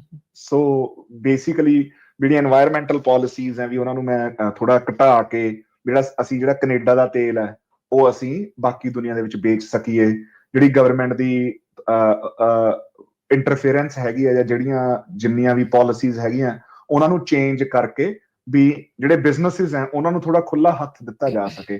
ਜਿਹੜਾ ਪਰ ਮੇਨ ਮੁੱਦਾ ਪੀਅਰ ਪੋਲੀਵੇਅਰ ਦਾ ਪਿਛਲੇ 3 ਸਾਲਾਂ ਤੋਂ ਚੱਲ ਰਿਹਾ ਸੀਗਾ ਉਹ ਸੀ ਕਾਰਬਨ ਟੈਕਸ, ਤੇ ਜਿਹਦੇ ਕਰਕੇ ਬਹੁਤ ਜ਼ਿਆਦਾ ਉਹਨਾਂ ਨੂੰ ਸਮਰਥਨ ਵੀ ਮਿਲ ਰਿਹਾ ਸੀਗਾ। ਤੇ ਇੱਥੇ ਹੀ ਜਿਹੜੀ ਗੇਮ ਪੁੱਠੀ ਪੈ ਗਈ ਵੀ ਜਦੋਂ ਜਸਟਿਨ ਟਰੂਡੋ ਨੇ ਰਿਜ਼ਾਈਨ ਕੀਤਾ ਤੇ ਮਾਰਕ ਕਾਰਨੀ ਆਏ, ਉਹਨਾਂ ਨੇ ਪਹਿਲਾ ਕੰਮ ਆ ਕੇ ਕਾਰਬਨ ਟੈਕਸ ਹਟਾਇਆ ਤੇ ਉਹ ਕਾਰਬਨ ਟੈਕਸ ਸਾਡੇ ਪਰਸੋਂ ਤੋਂ ਇਫੈਕਟ 'ਚ ਚਲਿਆ ਗਿਆ ਤੇ ਲਗਭਗ ਤੁਸੀਂ ਦੇਖੋ ਵੀ 18 ਸੈਂਟ ਲੀਟਰ ਪਿੱਛੇ ਸਾਡੇ ਤੇਲ ਆਲਮੋਸਟ ਸਸਤਾ ਹੋਇਆ ਜੀ। ਜੇ ਤੁਸੀਂ ਗੈਲਨ ਪਿੱਛੇ ਲਾ ਲਓ ਵੀ ਸਾਡੇ 90 ਸੈਂਟ ਦੇ ਕਰੀਬ ਹੁਣ ਤੇਲ ਸਸਤਾ ਹੋ ਗਿਆ। ਡਾਲਰ ਦਾ ਫਰਕ ਪੈ ਗਿਆ ਵੀ ਫਿਰ ਤਾਂ। ਨਹੀਂ, ਇਹ ਚੀਜ਼ਾਂ ਸੋ ਮਾਰਕ ਕਾਰਨੀ ਇਸ ਟਾਈਮ ਇਕੋਨਮੀ ਦਾ ਤੁਹਾਡੇ ਮਤਲਬ ਜ਼ਿਆਦਾ ਮੁੱਦਾ ਹੈ। ਤੁਹਾਡੇ ਇਮੀਗ੍ਰੇਸ਼ਨ ਦਾ ਵੀ ਨਾਲ ਹੀ ਮੁੱਦਾ ਹੈਗਾ ਤੇ ਆ, ਪਰ ਉਹਦੇ ਤੇ ਆਲਰੇਡੀ ਸਖਤੀ ਕਰਨੀ ਤਾਂ ਸ਼ੁਰੂ ਆਪਾਂ ਦੇਖ ਹੀ ਰਹੇ ਸੀਗੇ। ਤੇ ਇਕੋਨਮੀ ਦਾ ਇਸ ਟਾਈਮ ਜ਼ਿਆਦਾ ਜਿਹੜਾ ਮੁੱਦਾ ਆ, ਟੈਰਿਫ ਦੇ ਨਾਲ ਫਿਰ ਉਹ ਥੋੜਾ ਹੋਰ ਗੁੰਝਲਦਾਰ ਮਸਲਾ ਬਣਦਾ। ਹਾਂਜੀ, ਇਕੋਨਮੀ ਨਾਲੋਂ ਇਸ ਵੇਲੇ ਤਾਂ ਸੋਵਰੈਨਿਟੀ ਦਾ ਸਭ ਤੋਂ ਜ਼ਿਆਦਾ ਜਿਹੜਾ ਮੇਨ ਮੁੱਦਾ ਹੈ। ਸਹੀ ਵੀ ਮਤਲਬ ਲੋਕਾਂ ਨੂੰ, ਠੀਕ ਹੈ ਲੋਕੀ ਡਰੇ ਹੋਏ ਆ, ਪਰ ਉਹ ਕਹਿੰਦੇ ਆ ਵੀ ਜਿਹੜੀ ਐਲਬੋਜ਼ ਅਪ ਮੁਹਿੰਮ ਹੈ ਉਹ ਇਹੀ ਹੈ ਵੀ ਕੋਈ ਨਹੀਂ, ਥੋੜਾ ਦੁੱਖ ਝੱਲ ਲਓ, ਪਰ ਹੁਣ ਅਸੀਂ ਇਹ ਨਹੀਂ ਹੈਗਾ ਵੀ ਅਸੀਂ ਆਪਣੇ ਘਰ ਬਚਾਉਂਦੇ ਜਾਂ ਆਪਣੇ ਬਿਜ਼ਨਸ ਬਚਾਉਂਦੇ ਅਸੀਂ ਅਮਰੀਕਾ ਮੂਹਰੇ ਆਪਣੇ ਗੋਡੇ ਟੇਕ ਦਈਏ। ਠੀਕ ਆ। ਸੋ ਤੇ ਐਨਡੀਪੀ ਦੇ ਬਾਰੇ ਜੇ ਆਪਾਂ ਗੱਲ ਕਰੀਏ, ਉਹਨਾਂ ਦਾ ਕੀ, ਉਹਨਾਂ ਦੇ ਲੀਡਰ ਜਿਹੜੇ ਜਗਮੀਤ ਸਿੰਘ ਆ, ਉਹਨਾਂ ਬਾਰੇ ਕਾਫੀ ਕੁਝ ਚਲੋ ਆਪਣੀ ਕਮਿਊਨਿਟੀ ਨੂੰ ਵੈਸੇ ਵੀ ਪਤਾ ਆ, ਪਰ ਜੇ ਥੋੜਾ ਜਿਹਾ ਤੁਸੀਂ ਦੱਸ ਹੀ ਦਿਓ ਹਿਸਟਰੀ ਕੀ ਆ। ਜਗਮੀਤ ਸਿੰਘ ਦਾ ਥੋੜਾ ਜਿਹੜਾ ਇਹੀ ਹੈਗਾ, ਜਿਹੜੀ ਚੀਜ਼ ਨਹੀਂ ਪਤਾ ਵੀ ਜਗਮੀਤ ਸਿੰਘ ਪੇਸ਼ੇ ਵਜੋਂ ਲਾਇਰ ਹੈ। ਸੋ ਕ੍ਰਿਮੀਨਲ ਡਿਫੈਂਸ ਲਾਇਰ, ਉਹ ਪੋਲਿਟਿਕਸ ਦੇ ਵਿੱਚ ਆਉਣ ਤੋਂ ਪਹਿਲਾਂ ਉਹ ਕ੍ਰਿਮੀਨਲ ਡਿਫੈਂਸ ਲਾਇਰ ਸੀਗੇ। ਉਹਨਾਂ ਦੇ ਭਰਾ ਵੀ ਲਾਇਰ ਹੀ ਨੇ। ਸੋ ਜਿਹੜਾ ਉਹਨਾਂ ਦੇ ਪੋਲਿਟਿਕਸ ਦੇ ਵਿੱਚ, ਫੈਡਰਲ ਪੋਲਿਟਿਕਸ ਦੇ ਵਿੱਚ ਆਉਣ ਤੋਂ ਪਹਿਲਾਂ ਉਹ ontario ਦੀ ਪ੍ਰੋਵਿੰਸ਼ੀਅਲ ਜਿਹੜੀ ਹੈਗੀ ਹੈ ਪ੍ਰੋਵਿੰਸ਼ੀਅਲ ਪਾਰਲੀਮੈਂਟ ਦੇ ਵਿੱਚ ਉਹ MLA ਸੀਗੇ। ਤੇ ਜਿਹੜੀ ਐਨਡੀਪੀ ਪਾਰਟੀ ਹੈ ਉਹਨਾਂ ਨੇ 2010 ਦੇ ਵਿੱਚ ਆਪਣੀ ਪੀਕ ਦੇਖੀ ਜੈਕ ਲੇਟਨ ਦੇ ਅੰਡਰ। ਅੱਛਾ। ਜੈਕ ਲੇਟਨ ਦੇ, ਜਿਨ੍ਹਾਂ ਨੂੰ ਉਸ ਵੇਲੇ ਪੋਲਿਟਿਕਸ ਦੇ ਵਿੱਚ ਇੰਟਰਸਟ ਸੀ, ਉਹਨਾਂ ਨੂੰ ਸਾਰਿਆਂ ਨੂੰ ਜੈਕ ਲੇਟਨ ਦਾ ਨਾਮ ਪਤਾ। ਜੈਕ ਲੇਟਨ ਇੱਕ ਲੈਜੈਂਡਰੀ ਪੋਲੀਟੀਸ਼ੀਅਨ ਸੀਗਾ ਤੇ ਉਦੋਂ 2010 ਦੀ ਇਲੈਕਸ਼ਨ ਦੇ ਵਿੱਚ ਐਨਡੀਪੀ ਇੰਨੀਆਂ ਸੀਟਾਂ ਲੈ ਕੇ ਗਈ ਵੀ ਕੈਨੇਡਾ ਦੇ ਵਿੱਚ ਉਹ ਅਫੀਸ਼ੀਅਲ ਆਪੋਜੀਸ਼ਨ ਸੀ, ਲਿਬਰਲ ਪਾਰਟੀ ਨਾਲੋਂ ਵੀ ਜ਼ਿਆਦਾ ਸੀਟਾਂ ਸੀ। ਅੱਛਾ। ਪਰ ਹੁਣ ਨੂੰ ਜੋ ਮਨਜ਼ੂਰ ਹੁੰਦਾ ਵੀ ਜੈਕ ਲੇਟਨ ਨੂੰ ਕੈਂਸਰ ਹੋ ਗਈ ਤੇ ਉਹਨਾਂ ਨੂੰ ਰਿਜ਼ਾਈਨ ਕਰਨਾ ਪਿਆ, ਤਾਂ ਹੁਣ ਤਾਂ ਉਹ ਇਸ ਦੁਨੀਆ ਤੋਂ ਵੀ ਅਲਵਿਦਾ ਕਹਿ ਗਏ। ਉਸ ਤੋਂ ਬਾਅਦ ਫਿਰ ਸਾਡੇ ਇੱਕ ਹੋਰ ਲੀਡਰ ਆਏ ਜਿਹੜੇ ਜੈਕ ਲੇਟਨ ਦੇ ਜਾਣ ਤੋਂ ਬਾਅਦ ਤੇ ਜਗਮੀਤ ਸਿੰਘ ਦੇ ਆਉਣ ਤੋਂ ਪਹਿਲਾਂ ਸੀਗੇ। ਜਗਮੀਤ ਸਿੰਘ 2017 ਜਾਂ 18 ਦੇ ਵਿੱਚ ਐਨਡੀਪੀ ਦੀ ਲੀਡਰਸ਼ਿਪ ਦੇ ਵਿੱਚ ਜਿਹੜੇ ਆਏ ਆ, ਇਨਵੋਲਵ ਹੋਏ ਆ, ਤੇ ਉਦੋਂ ਤੋਂ ਉਹ ਐਨਡੀਪੀ ਦੇ ਲੀਡਰ ਹੈ। 2019 ਦੇ ਵਿੱਚ ਉਹਨਾਂ ਨੇ ਐਮਪੀ ਬਣੇ ਆ ਪਹਿਲੀ ਵਾਰੀ, ਜਗਮੀਤ ਸਿੰਘ। ਤੇ ਵੀ ਉਦੋਂ ਤੋਂ ਉਹ, ਹਾਲਾਂਕਿ ਜਿਹੜੇ ਜਗਮੀਤ ਸਿੰਘ ਦੀ ਸਾਰੀ ਅਪਬ੍ਰਿੰਗਿੰਗ ਆ ਉਹ ontario ਦੀ ਆ, ਟੋਰਾਂਟੋ ਦੇ ਲਾਗੇ ਪਾਸੇ ਦੀ, ਪਰ ਉਹ ਇਸ ਵੇਲੇ ਜਿਹੜੇ ਐਮਪੀ ਆ ਉਹ ਬ੍ਰਿਟਿਸ਼ ਕੋਲੰਬੀਆ ਤੇ ਇੱਕ ਜਿਹੜੀ ਐਨਡੀਪੀ ਦੀ ਬਹੁਤ ਸੇਫ ਸੀਟ ਹੈ, ਉੱਥੋਂ ਫਿਰ ਉਹਨਾਂ ਨੇ ਇਲੈਕਸ਼ਨ ਲੜ ਕੇ ਉਹ ਐਮਪੀ ਬਣੇ ਸੀਗੇ।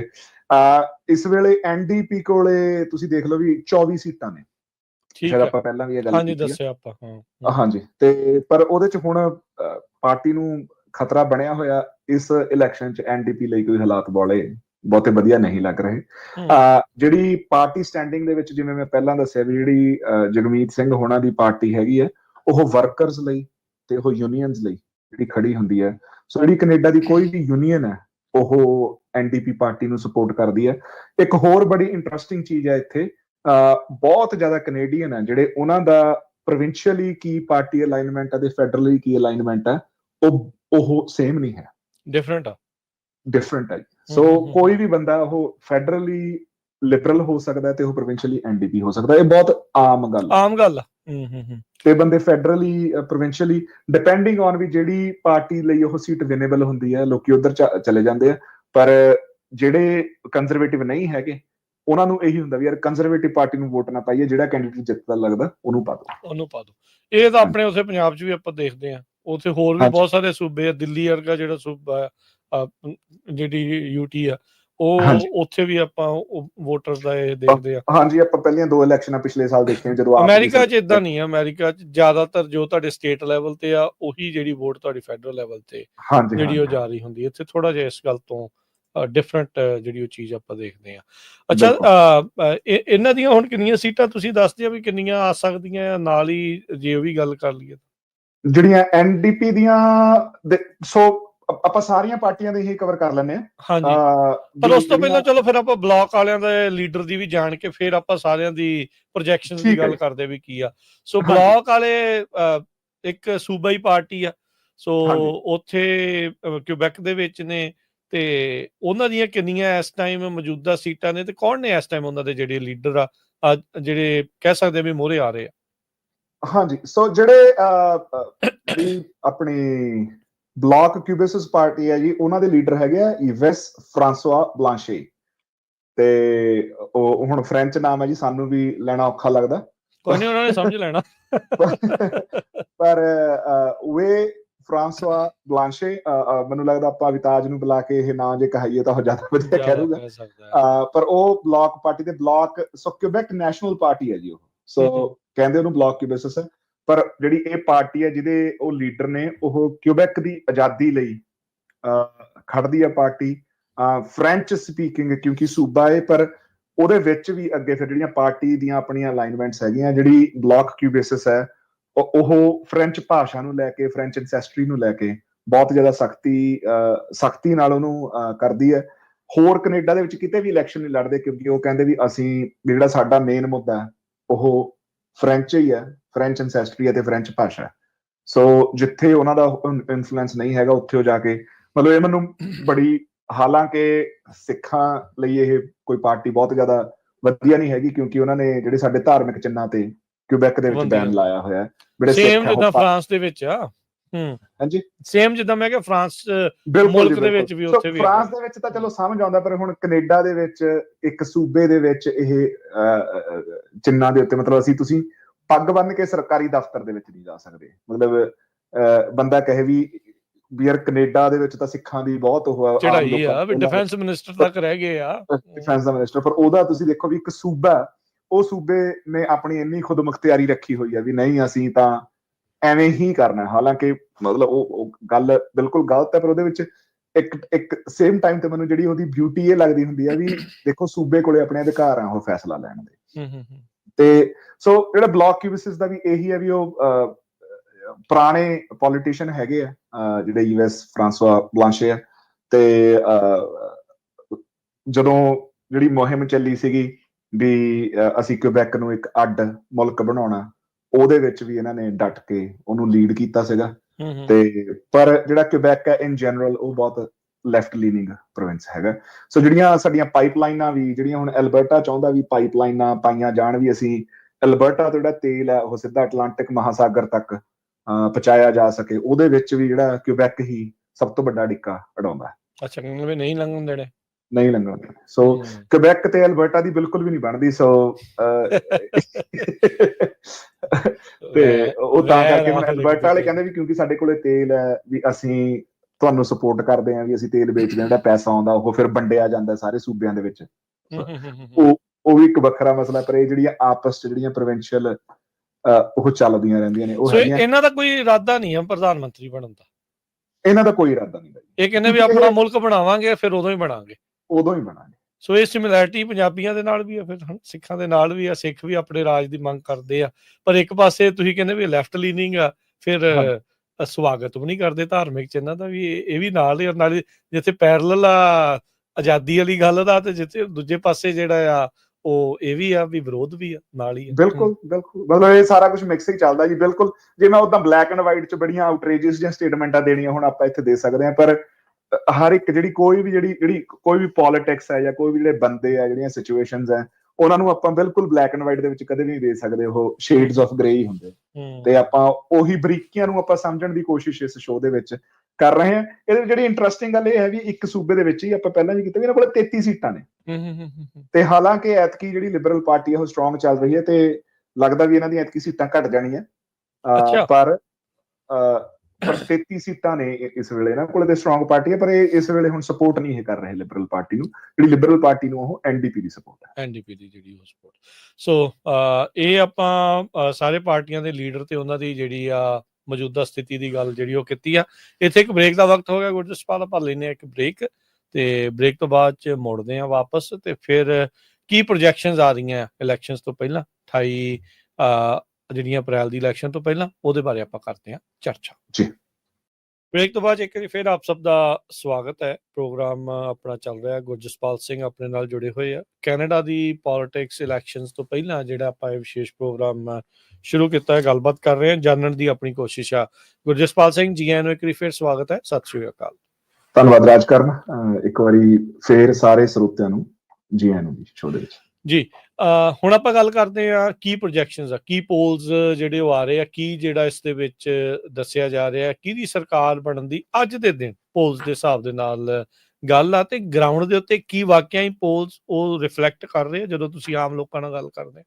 ਜੀ ਸੋ ਰਾਜਕਰਨ, ਇਸ ਵੇਲੇ ਜਿਹੜੇ 3 ਅਪ੍ਰੈਲ ਦੇ ਪੋਲਸ ਆ ਉਹ ਲਿਬਰਲ ਪਾਰਟੀ ਨੂੰ ਕੰਪਲੀਟ ਮੈਜੋਰਿਟੀ ਦੇ ਰਹੇ ਆ। ਅੱਛਾ, ਠੀਕ ਹੈ। ਉਹਦੇ ਵਿੱਚ ਉਹ ਕਹਿ ਰਹੇ ਆ ਵੀ 169 ਤੋਂ 226 ਦੇ ਵਿੱਚ ਸੀਟਾਂ ਉਹਨਾਂ ਨੂੰ ਮਿਲ ਸਕਦੀਆਂ ਨੇ, ਤੇ ਉਹਦਾ ਐਵਰੇਜ ਕਰਕੇ ਵੀ 198 ਸੀਟਾਂ ਦੀ ਪ੍ਰੋਜੈਕਸ਼ਨ ਹੈਗੀ ਆ।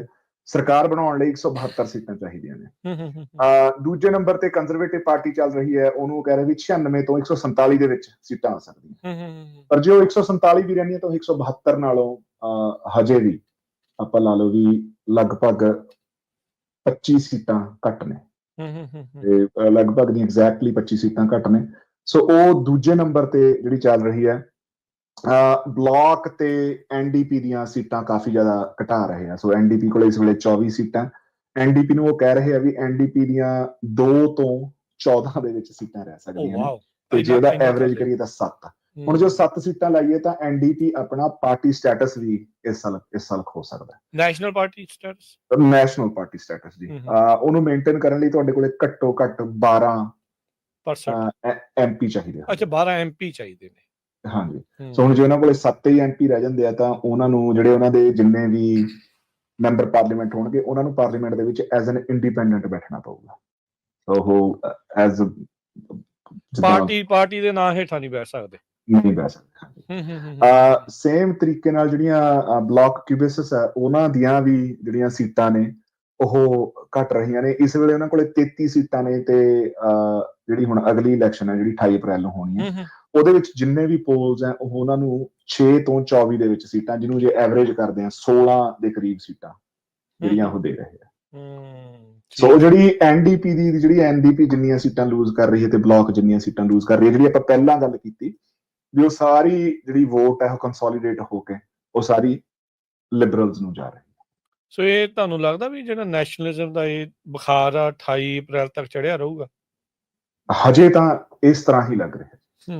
ਅੱਜ ਦੇ ਦਿਨ ਜਦੋਂ ਆਪਾਂ ਗੱਲ ਕਰਦੇ ਅੱਜ ਦੇ ਦਿਨ ਆਪਾਂ ਜੇ ਗੱਲ ਕਰਦੇ ਹਾਂ, ਮੈਂ ਆਪਣੇ ਪਰਸਨਲ, ਜਿਵੇਂ ਮੈਂ ਤੁਹਾਨੂੰ ਦੱਸਦਾ ਵੀ ਬਹੁਤ ਇੱਥੇ ਗੋਰਿਆਂ ਨਾਲ ਗੱਲ ਕਰੀਦੀ ਹੈ, ਉਹ ਪਹਿਲਾਂ ਨਹੀਂ ਸੀਗੇ ਲਿਬਰਲ ਗਵਰਨਮੈਂਟ ਤੋਂ ਖੁਸ਼, ਪਰ ਜਦੋਂ ਤੋਂ ਸਾਊਥ ਦੇ ਵਿੱਚ ਜਿਹੜਾ ਇਹ ਚੇਂਜ ਹੋਇਆ ਤੇ ਜਿਹੜੀ ਡੋਨਲਡ ਟਰੰਪ ਦੀ ਸਰਕਾਰ ਆਈ ਹੈ ਤੇ ਉਸ ਤੋਂ ਬਾਅਦ ਜਿਹੜਾ ਇਹ ਟੈਰਿਫਸ ਦਾ ਦੌਰ ਜਾਂ ਜਿਹੜਾ ਕੈਨੇਡਾ ਨੂੰ ਇੱਜ਼ਤ ਨਾ ਦੇਣ ਦਾ ਦੌਰ ਚੱਲਿਆ, ਉਹਦੇ ਵਿੱਚੋਂ ਜਿਹੜੀ ਇਹੀ ਗੱਲ ਸਾਹਮਣੇ ਆਈ ਵੀ ਇਸ ਵੇਲੇ ਜਿਹੜਾ ਮਾਰਕ ਕਾਰਨੀ ਹੈ ਤੇ ਲਿਬਰਲ ਪਾਰਟੀ ਹੈ ਉਹੀ ਬੈਸਟ ਗਰੁੱਪ ਹੈ ਜਿਹੜਾ ਕੈਨੇਡਾ ਨੂੰ ਇਸ ਵੇਲੇ ਇਸ ਸਿਚੁਏਸ਼ਨ ਦੇ ਵਿੱਚ ਨੈਵੀਗੇਟ ਕਰ ਸਕਦਾ। ਇਹਦੇ ਵਿੱਚ ਜਿਹੜੀ ਦੂਜੀ ਗੱਲ ਬਹੁਤ ਅਜੀਬ ਹੈ ਉਹ ਇਹ ਹੈ ਵੀ, ਅਜੀਬ ਕਹਿ ਲਓ ਜਾਂ ਇੰਟਰਸਟਿੰਗ ਹੈ ਜਾਂ ਉਹਦੇ ਕਾਰਨ ਕੀ ਨੇ। ਸੋ ਕੱਲ ਮੈਂ ਕਿਸੇ ਬੰਦੇ ਨਾਲ ਗੱਲ ਕਰਦਾ ਸੀ, ਉਹਨਾਂ ਨੇ ਜਿਹੜਾ ਪੀਅਰ ਪੋਲੀਵ ਹੈ ਉਹਨਾਂ ਨੇ ਕਿਹਾ ਵੀ ਇਹ ਮਿਨੀ ਟਰੰਪ ਹੈ। ਅੱਛਾ, ਕਾਰਨੀ ਨੇ ਕਿਹਾ? ਨਹੀਂ, ਕਾਰਨੀ ਨੇ ਨਹੀਂ ਕਿਹਾ, ਕੋਈ ਵੈਸੇ ਆਮ ਗੋਰਾ ਬੰਦਾ। ਤੇ ਇਹ ਬੜੀ ਆਮ ਜਿਹੜੀ ਇੱਕ ਭਾਵਨਾ ਬਣੀ ਹੋਈ ਹੈ ਪੀਅਰ ਪੋਲੀਵ ਵੱਲ ਵੀ ਇਹ, ਕਿਉਂਕਿ ਡੋਨਲਡ ਟਰੰਪ ਨੇ ਵੀ ਬਿਆਨ ਦੇ ਵਿੱਚ, ਇੱਕ ਪੁਰਾਣੇ ਬਿਆਨ ਦੇ ਵਿੱਚ ਇਹ ਗੱਲ ਕਹੀ ਹੈ ਨਾ ਵੀ ਮੇਰਾ ਤੇ ਜਿਹੜਾ ਪੀਅਰ ਪੋਲੀਵ ਹੈ, ਸਾਡੇ ਜਿਹੜਾ ਸਾਡਾ ਥਾਟ ਪ੍ਰੋਸੈਸ ਨੂੰ ਮਿਲਦਾ ਜੀ, ਵੀ ਆਰ ਅਲਾਈਨਡ। ਉਹਨਾਂ ਨੇ ਇਹ ਗੱਲ ਕਹੀ ਹੈ। ਐਲਬਰਟਾ, ਜਿੱਥੋਂ ਪੀਅਰ ਪੋਲੀਵ ਹੈਗੇ ਆ, ਤੇ ਉੱਥੋਂ ਕੰਜ਼ਰਵੇਟਿਵ ਦੀ ਹੀ ਸਰਕਾਰ ਹੈ ਐਲਬਰਟਾ, ਜਿੱਥੇ ਜਿਹੜਾ ਕੈਲਗਰੀ ਤੇ ਐਡਮਿੰਟਨ ਸ਼ਹਿਰ ਹੈ ਜਿਸ ਪ੍ਰੋਵਿੰਸ ਦੇ ਵਿੱਚ। ਐਲਬਰਟਾ ਦੀ ਪ੍ਰੀਮੀਅਰ ਅਮਰੀਕਾ ਦੇ ਸਾਰੇ ਰੇਡੀਓ ਸਟੇਸ਼ਨਸ ਦੇ ਉੱਤੇ ਜਾ ਕੇ ਉਹਨਾਂ ਨੇ ਜਦੋਂ ਗੱਲ ਕੀਤੀ ਤੇ ਉਹਨਾਂ ਨੇ ਵੀ ਇਹ ਗੱਲ ਕਹੀ ਵੀ ਜਿਹੜਾ ਅਮਰੀਕਨ ਮੀਡੀਆ, ਦੇਖੋ ਤੁਸੀਂ, ਵੈਸੇ ਤਾਂ ਬੜੀ ਕਮਾਲ ਦੀ ਗੱਲ ਹੈ ਵੀ ਇੱਕ ਸੂਬੇ ਦੀ ਪ੍ਰੀਮੀਅਰ ਕਿਸੇ ਦੂਜੇ ਮੁਲਕ ਨੂੰ ਜਾ ਕੇ ਕਹਿ ਰਹੀ ਹੈ ਵੀ ਤੁਸੀਂ ਸਾਡੇ ਮੁਲਕ ਦੀ ਇਲੈਕਸ਼ਨ ਦੇ ਵਿੱਚ ਇੰਟਰਫੇਅਰ ਕਰੋ। ਤੇ ਉਹ ਕਹਿ ਰਿਹਾ ਵੀ ਜਿਹੜਾ ਅਮਰੀਕਨ ਮੀਡੀਆ ਹੈ ਉਹ ਪੀਅਰ ਪੋਲੀਵ ਦੀ ਮਦਦ ਕਰਨ, ਤਾਂ ਕਿ ਕਿਉਂਕਿ ਜਿਹੜੇ ਪੀਅਰ ਪੋਲੀਵ ਦਾ ਜਿਹੜਾ ਗ੍ਰਾਫ ਥੱਲੇ ਚਲਾ ਗਿਆ, ਜਿਹੜਾ ਥਾਟ ਪ੍ਰੋਸੈਸ ਹੈ ਉਹ ਡੋਨਲਡ ਟਰੰਪ ਨਾਲ ਮਿਲਦਾ ਤੇ ਉਹ ਬੈਸਟ ਪਰਸਨ ਹੈ ਇਸ ਸਿਚੁਏਸ਼ਨ ਨੂੰ ਕਰਨ ਲਈ। ਪਰ ਉਹਦੇ ਨਾਲ ਕੀ ਹੋ ਰਿਹਾ, ਉਹਦੇ ਨਾਲ ਜਿਹੜੇ ਕੈਨੇਡਾ ਦੇ ਲੋਕ ਹੈ ਉਹ ਹੋਰ ਖਿਝ ਰਹੇ, ਉਹ ਕਹਿੰਦੇ ਵੀ ਨਹੀਂ, ਇਹ ਸਾਡੀ ਸੋਵਰੈਨਿਟੀ ਤੇ ਠੀਕ ਨਹੀਂ ਹੈਗਾ, ਤੇ ਵੀ ਜਿਹੜਾ ਪੀਅਰ ਪੋਲੀਵ ਹੈ ਉਹ ਸਹੀ ਬੰਦਾ ਨਹੀਂ ਹੈ। ਐਟਲੀਸਟ ਜਿਹੜਾ ਗੱਲ ਤਾਂ ਇਹ ਹੁੰਦੀ ਨੇ ਵੀ ਲੋਕਾਂ ਨੂੰ ਲੱਗਦਾ ਕੀ ਹੈ, ਸੱਚ ਹੈ ਨਹੀਂ ਹੈ, ਇਹ ਬਾਅਦ ਦੀਆਂ ਗੱਲਾਂ, ਇਹ ਬਾਅਦ ਦੀਆਂ ਗੱਲਾਂ। ਸਹੀ ਗੱਲ। ਹਾਂ, ਇਸ ਵੇਲੇ ਜਿਹੜੀ ਭਾਵਨਾ ਉਹ ਇਹ ਬਣਨੀ ਹੋਈ ਹੈ ਵੀ ਜਿਹੜੇ ਪੀਅਰ ਪੋਲੀਵ ਹੈ ਉਹ ਡੋਨਲਡ ਟਰੰਪ ਨਾਲ ਨੈਗੋਸ਼ੀਏਟ ਕਰਨ ਲਈ ਤੇ ਕੈਨੇਡਾ ਲਈ ਖੜੇ ਹੋਣ ਲਈ ਸਹੀ ਬੰਦੇ ਨਹੀਂ, ਤੇ ਉਹਦਾ ਹੀ ਸਾਰਾ ਹੀ ਅਸਰ ਆਪਾਂ ਨੂੰ ਦੇਖਾਂਗੇ। ਹੁਣੇ ਮੈਂ ਦੇਖ ਰਿਹਾ ਵੀ ਕਾਰਨੀ ਨੇ ਅਨਾਉਂਸ ਕੀਤਾ ਵੀ ਆਟੋ ਟੈਰਿਫਸ ਨੂੰ ਮੈਚ ਕਰੂਗੀ ਕੈਨੇਡਾ ਵਾਲੇ 25%। ਉਹ ਅੱਜ ਸਵੇਰੇ ਹੀ ਇਹ ਅਨਾਉਂਸਮੈਂਟ ਆ ਗਈ ਸੀਗੀ ਜੀ ਵੀ ਜਿਹੜੇ 25% ਟੈਰਿਫ ਲੱਗਿਆ ਪਾਰਟਸ ਦੇ ਉੱਤੇ ਨਹੀਂ ਜੀ ਲਾਏ, ਜਿਹੜੀਆਂ ਕਾਰਾਂ ਨੇ ਅਮਰੀਕਾ ਤੋਂ ਆਉਣ ਵਾਲੀਆਂ ਸਾਰੀਆਂ ਕਾਰਾਂ ਦੇ ਉੱਤੇ 25% ਰਿਟੈਲੀਟਰੀ ਜਿਹੜੇ ਟੈਰਿਫ ਹੈਗੇ ਆ ਉਹ ਕੈਨੇਡਾ ਦੀ ਸਰਕਾਰ ਨੇ ਅੱਜ। ਤੁਹਾਡੇ ਉੱਥੇ ਫਿਰ ਕਿਹੜੀਆਂ ਲੋਕਲ ਗੱਡੀਆਂ ਕਿਹੜੀਆਂ ਬਣਦੀਆਂ? ਲੋਕਲ ਗੱਡੀਆਂ ਦਾ ਇਦਾਂ ਨਹੀਂ ਹੈਗਾ ਰਾਜਕਾਰਨ, ਲੋਕਲ ਗੱਡੀਆਂ ਅਮਰੀਕਾ ਦੇ ਵਿੱਚ ਸੇਮ ਐਸਾ ਕੰਪਨੀਆਂ ਉਹੀ ਆ, ਪਰ ਫੈਕਟਰੀਆਂ ਜਿਹੜੀਆਂ ਉੱਥੇ ਉਹਨਾਂ ਦੇ ਉੱਤੇ ਨਹੀਂ ਲੱਗੂਗਾ। ਸੋ ਜਿਹੜੀ ਪਾਰਟਸ ਦੀ ਗੱਲ ਹੈ, ਹੁਣ ਇਹ ਹਜੇ ਤੱਕ ਕਲੀਅਰ ਨਹੀਂ ਹੈਗਾ ਕਿਉਂਕਿ ਅਗੇਨ ਪੋਲੀਟੀਕਲ ਰਿਟੋਰਿਕ ਹੈ। ਸੋ ਦੇਖੋ, ਜਿਹੜਾ ਕੋਈ ਵੀ ਹੁਣ ਜਿਹੜੀ ਗੱਡੀ ਹੈ, ਸੋ ਜਿਹੜੀਆਂ ਫੋਰਡ ਹੈ ਜਾਂ ਕ੍ਰਾਈਸਲਰ ਹੈ ਜਾਂ ਟੋਇਟਾ ਹੈ, ਉਹਨਾਂ ਦੇ ਕੁਝ ਪਾਰਟਸ ਕੈਨੇਡਾ 'ਚ ਬਣਦੇ ਆ, ਕੁਝ ਪਾਰਟਸ ਅਮਰੀਕਾ 'ਚ ਬਣਦੇ ਆ। ਅੱਧੀ ਅਸੈਂਬਲੀ ਕੈਨੇਡਾ 'ਚ ਹੁੰਦੀ ਹੈ, ਅੱਧੀ ਅਸੈਂਬਲੀ ਅਮਰੀਕਾ 'ਚ ਹੁੰਦੀ ਹੈ। ਹੁਣ ਜਿਹੜੀ ਫੋਰਡ ਦਾ ਟਰੱਕ ਹੈ, ਫੋਰਡ ਦਾ ਜਿਹੜਾ ਟਰੱਕ ਹੈ, ਉਹਦਾ ਜਿਹੜਾ ਫੋਰਡ ਦਾ 250 ਦੀ ਅਸੈਂਬਲੀ ਹੈ ਉਹ ਓਨਟਾਰੀਓ ਦੇ ਵਿੱਚ ਹੁੰਦੀ ਹੈ। ਹੁਣ ਉਹਨੂੰ ਮੇਡ ਇਨ ਕੈਨੇਡਾ ਮੰਨਿਆ ਜਾ ਸਕਦਾ। ਸੋ ਇਹੀ ਤਾਂ ਕਹਿੰਦੇ ਵੀ ਜਿਹੜੀ ਕੈਨੇਡਾ ਤੇ ਅਮਰੀਕਾ ਤੇ ਮੈਕਸੀਕੋ ਦੀ ਜਿਹੜੀ ਇਕਨੋਮੀ ਹੈ ਉਹ ਇੰਨੀ ਇੰਟਰਟਵਾਈਨਡ ਹੈ, ਉਹ ਇਸ ਅਨਸਰਟਨਟੀ ਲਈ ਬਣੀ ਨਹੀਂ। ਕਹਿੰਦੇ ਇੱਕ ਗੱਡੀ, ਮੈਨੂੰ ਐਗਜ਼ੈਕਟ ਨੰਬਰ ਨਹੀਂ ਯਾਦ, ਪਰ 60 ਤੋਂ 70 ਦੇ ਕਰੀਬ ਜਿਹੜਾ ਬਾਰਡਰ ਕ੍ਰਾਸ ਕਰਦੀ ਹੈ ਉਹ ਪਾਰਟ ਹੈ ਵੀ ਕਦੇ ਉੱਧਰ ਚਲੇਗੀ, ਕਦੇ ਉੱਧਰ ਚਲੇਗੀ, ਕਦੇ ਉੱਧਰ ਚਲੇਗੀ, ਫਿਰ ਲੋਟ ਤੇ ਆਉਂਦੀ ਹੈ। ਹਾਂਜੀ, ਫਿਰ ਲੋਟ ਤੇ ਆਉਂਦੀ ਹੈ। ਹੁਣ ਜੇ ਹਰ ਵਾਰੀ ਉਹਦੇ ਤੇ ਟੈਰਿਫ ਲੱਗਣ ਲੱਗ ਪਿਆ ਤੇ ਉਹ ਤਾਂ ਤੁਸੀਂ ਦੇਖੋ ਵੀ ਰੇਟ ਕਿੱਥੇ ਚਲਾ ਜਾਣਾ। ਤੇ ਇਹੀ ਗੱਲ ਜਿਹੜਾ ਕੈਨੇਡੀਅਨ ਪੋਲੀਟੀਸ਼ੀਅਨ ਹੈ, ਚਾਹੇ ਉਹ ਪ੍ਰੋਵਿੰਸ ਲੈਵਲ ਦੇ ਹੈ ਜਾਂ ਜਿਹੜੇ ਕੈਨੇਡੀਅਨ ਇਕਨੋਮਿਸਟ ਹੈ, ਉਹ ਅਮਰੀਕਾ ਦੇ, ਜਿਵੇਂ ਹੁਣ ਉਹ ਗਵਰਨਰਸ ਨੂੰ, ਕੈਲੀਫੋਰਨੀਆ ਦੇ ਗਵਰਨਰ ਨੂੰ ਜਾਂ ਨਾਰਥ ਡਕੋਟਾ ਸਾਡਾ ਗਵਾਂਢੀ ਸੂਬਾ ਹੈ, ਉਹਨਾਂ ਦੇ ਗਵਰਨਰਸ ਨੂੰ ਸਮਝਾਉਣ ਦੀ ਕੋਸ਼ਿਸ਼ ਕਰ ਰਿਹਾ ਵੀ ਇਹਨੂੰ ਸਿਰਫ ਪੋਲੀਟੀਕਲ ਰਿਟੋਰਿਕ ਵਜੋਂ ਨਾ ਦੇਖੋ, ਵੀ ਇਹ ਐਕਚੁਅਲ ਚ ਫੈਕਟਸ ਦੇਖੋ। ਲੋਕਾਂ ਦੇ ਇਹਦਾ ਅਸਰ ਪੈਣਾ ਕੀ ਹੈ, ਪਾਲਿਸੀਜ਼ ਦੇ ਉੱਤੇ ਜਿਹੜਾ ਅਸਰ ਇਹਦਾ ਪੈਣਾ ਕੀ ਆ। ਸੋ ਸਰਵੇ ਰਨ ਕੀਤਾ ਜੀ ਅਮਰੀਕਾ ਦੇ ਵਿੱਚ, ਤਾਂ ਹੁਣ ਮੈਨੂੰ ਨਹੀਂ ਪਤਾ ਵੀ ਇਹ, ਤੁਸੀਂ ਉੱਥੇ ਰਹਿੰਦੇ ਹੋ, ਤੁਸੀਂ ਜ਼ਿਆਦਾ ਬੈਟਰ ਦੱਸ ਸਕਦੇ ਹੋ ਵੀ ਅਮਰੀਕਾ ਦੇ ਬਹੁਤੇ ਲੋਕਾਂ ਨੂੰ ਤਾਂ ਟੈਰਿਫਸ ਦਾ ਮਤਲਬ ਵੀ ਨਹੀਂ ਪਤਾ ਵੀ ਟੈਰਿਫਸ ਦਾ ਮਤਲਬ ਕੀ। ਉਹਨਾਂ ਨੂੰ ਇਹ ਲੱਗਦਾ ਵੀ ਜੇ ਡੋਨਲਡ ਟਰੰਪ ਨੇ 25% ਟੈਰਿਫ ਲਾਤਾ ਤਾਂ ਉਹ 25% ਟੈਰਿਫ ਕੈਨੇਡਾ ਦਊਗਾ। ਨਹੀਂ ਯਾਰ, ਘੱਟ ਲੋਕਾਂ ਦੇ ਮਨਾਂ 'ਚ ਇਹ ਜਿੱਦਾਂ ਰੈਟਰਿਕ ਆ ਉਹ ਇਸੇ ਤਰੀਕੇ ਦੇ ਨਾਲ ਜਿਹੜਾ ਸੋਚ ਰਹੇ ਆ, ਕਿਉਂਕਿ ਉਹ ਬਿਆਨ ਦੇ ਦਿੰਦੇ ਨਾ ਵੀ ਅਸੀਂ ਅਮੀਰ ਇੰਨੇ ਹੋ ਜਾਣਾ ਵੀ ਸਾਨੂੰ ਪਤਾ ਨਹੀਂ ਲੱਗਣਾ ਵੀ ਡਾਲਰ ਰੱਖਣੇ ਕਿੱਥੇ ਆ। ਤੇ ਹਾਂਜੀ ਉਹ ਲੋਕੀ ਫਿਰ ਉਸ ਜਿੱਦਾਂ ਜਿਹੜੇ ਜੁਮਲੇ ਵਾਲੇ ਮੁਲਕ ਤੋਂ ਆਏ ਉੱਦਾਂ ਦੇ ਜੁਮਲੇ ਵੀ ਸੁਣਨ ਨੂੰ ਫਿਰ ਮਿਲਦੇ ਤਾਂ ਬਿਲਕੁਲ ਹੈਗੇ ਹੀ ਆ। ਸੋ ਬਿਲਕੁਲ ਇਹ ਸਾਰੀਆਂ ਚੀਜ਼ਾਂ ਜਿਹੜੀਆਂ ਇਸ ਟਾਈਮ ਚੱਲ ਰਹੀਆਂ। ਬਿਲਕੁਲ ਸੋ ਰਿਐਲਿਟੀ ਤੋਂ ਕਈ ਵਾਰੀ ਜਿਹੜੇ ਬਿਆਨ ਆ ਕੋਹਾਂ ਦੂਰ ਹੁੰਦੇ ਨੇ। ਉਹਨਾਂ ਦਾ ਅਸਰ ਕੀ ਪੈਣਾ ਇਵੈਂਚੁਅਲੀ ਲੋਕਾਂ ਦੇ, ਇਹਨਾਂ ਲੋਕ ਜਾਣਦੇ ਆ ਵੀ ਜੇਬ ਦੇ ਉੱਤੇ ਭਾਰ ਜਿਹੜਾ ਉਹ ਵਧਣਾ ਆ। ਹੁਣ ਇਹਨਾਂ ਨਹੀਂ ਸਮਝ ਆ ਰਿਹਾ ਵੀ ਵਧਣਾ ਕਿੰਨਾ ਕਾ। ਹੁਣ ਕਿਉਂਕਿ ਇਹਦੇ ਨਾਲ ਇੱਕ ਪੈਰਲਲੀ ਇੱਕ ਗੱਲ ਇਹ ਵੀ ਚਲਾ ਲਈ ਆ, ਕੋਈ ਨਹੀਂ ਸੌਖੇ ਹੋਣ ਦੇ ਲਈ ਥੋੜਾ ਚਿਰ ਔਖਾ ਹੋਣਾ ਪੈਣਾ। ਹੁਣ ਦੇਖੋ ਕਿੰਨੇ ਕੁ ਲੋਕ ਕਿੰਨਾ ਕੁ ਚਿਰ ਜਿਹੜਾ ਉਹ ਔਖੇ ਹੁੰਦੇ ਆ, ਜਦ ਕਿ ਇਸੇ ਚੀਜ਼ ਦੇ ਉੱਤੇ ਜਿਹੜੇ ਟਰੰਪ ਹੋਣਾ ਦੀ ਜਿੱਤ ਹੋਈ ਆ ਇਕਨੋਮੀ ਨੂੰ ਜਿਹੜਾ ਉਹ ਲੈ ਕੇ ਇੱਕ ਬਹੁਤ ਵੱਡਾ ਫੈਕਟਰ ਸੀਗਾ। ਬਾਈਡਨ ਦੇ ਅੰਡਰ ਇਕਨੋਮੀ ਮਾੜੀ ਹੋਣ ਕਰਕੇ ਟਰੰਪ ਹੋਣਾ ਨੂੰ ਜਿਹੜਾ ਇੱਕ ਬਹੁਤ ਵਧੀਆ ਚਾਂਸ ਜਿਹੜਾ ਮਿਲਿਆ। ਸੋ ਟੈਰਿਫ ਦੇ ਨਾਲ ਖੇਲਦੇ ਕਿੱਥੇ ਤੱਕ ਪਹੁੰਚਾਉਂਦੇ ਆ, ਉਹ ਦੇਖਣ ਵਾਲੀ ਗੱਲ ਆ। ਅੱਛਾ, ਆਪਾਂ ਇਹ ਵੀ ਇੱਕ ਚੀਜ਼ ਹੋਰ ਹੁਣ ਤੁਹਾਡੇ ਆਪਾਂ ਕੈਨੇਡਾ ਦੇ ਵਿੱਚ ਦੇਖ ਰਹੇ, ਸਮਾਂ ਆਪਣਾ ਤਕਰੀਬਨ ਸਮਾਪਤ ਆ, ਕੁਛ ਹੀ ਮਿੰਟਾਂ 'ਚ ਆਪਾਂ ਇਸ ਨੂੰ ਨਿਬੇੜਨਾ ਹੈ ਗੱਲਬਾਤ ਨੂੰ। ਕਈ ਉਮੀਦਵਾਰਾਂ ਦੀਆਂ ਟਿਕਟਾਂ ਵਾਪਸ ਲਈਆਂ ਜਾ ਰਹੀਆਂ, ਖਾਸ ਕਰਕੇ ਕੁਛ ਅਜਿਹੇ ਕੈਂਡੀਡੇਟ ਚਾਹੇ ਉਹ ਚੰਦਰਾ ਆ ਰਿਹਾ ਆ, ਹੁਣ ਰੀਸੈਂਟਲੀ ਡੌਨ ਪਟੇਲ ਆ, ਰੂਬੀ ਢੱਲਾ ਆ। ਕੰਜ਼ਰਵੇਟਿਵ ਪਾਰਟੀ ਵਾਲਿਆਂ ਨੇ ਕੁਛ ਆਪਣੇ 4 ਜਿਹੜੇ ਕੈਂਡੀਡੇਟਸ ਦੀਆਂ ਟਿਕਟਾਂ ਇੱਕ ਹਿਸਾਬ ਦੇ ਨਾਲ ਵਾਪਸ ਲੈ ਲਈਆਂ ਆ। ਕੀ ਮਸਲਾ ਇਹ ਬਣ ਰਿਹਾ ਆ? ਇਹ ਕੈਨੇਡਾ ਦੇ ਵੱਲ ਨਾ ਹੋ ਕੇ ਦੂਜੇ ਮੁਲਕ ਵੱਲ ਜ਼ਿਆਦਾ ਰੁਝਾਨ ਆ, ਜਾਂ ਉਹਨਾਂ ਦੀਆਂ ਬਿਆਨ ਇਦਾਂ ਦੇ ਆ ਰਹੇ ਆ? ਕੀ ਚਰਚਾ ਕੀ ਚੱਲ ਰਹੀ ਆ, ਕੀ ਹੋ ਰਿਹਾ ਹੈ ਇਹਦੇ ਵਿੱਚ?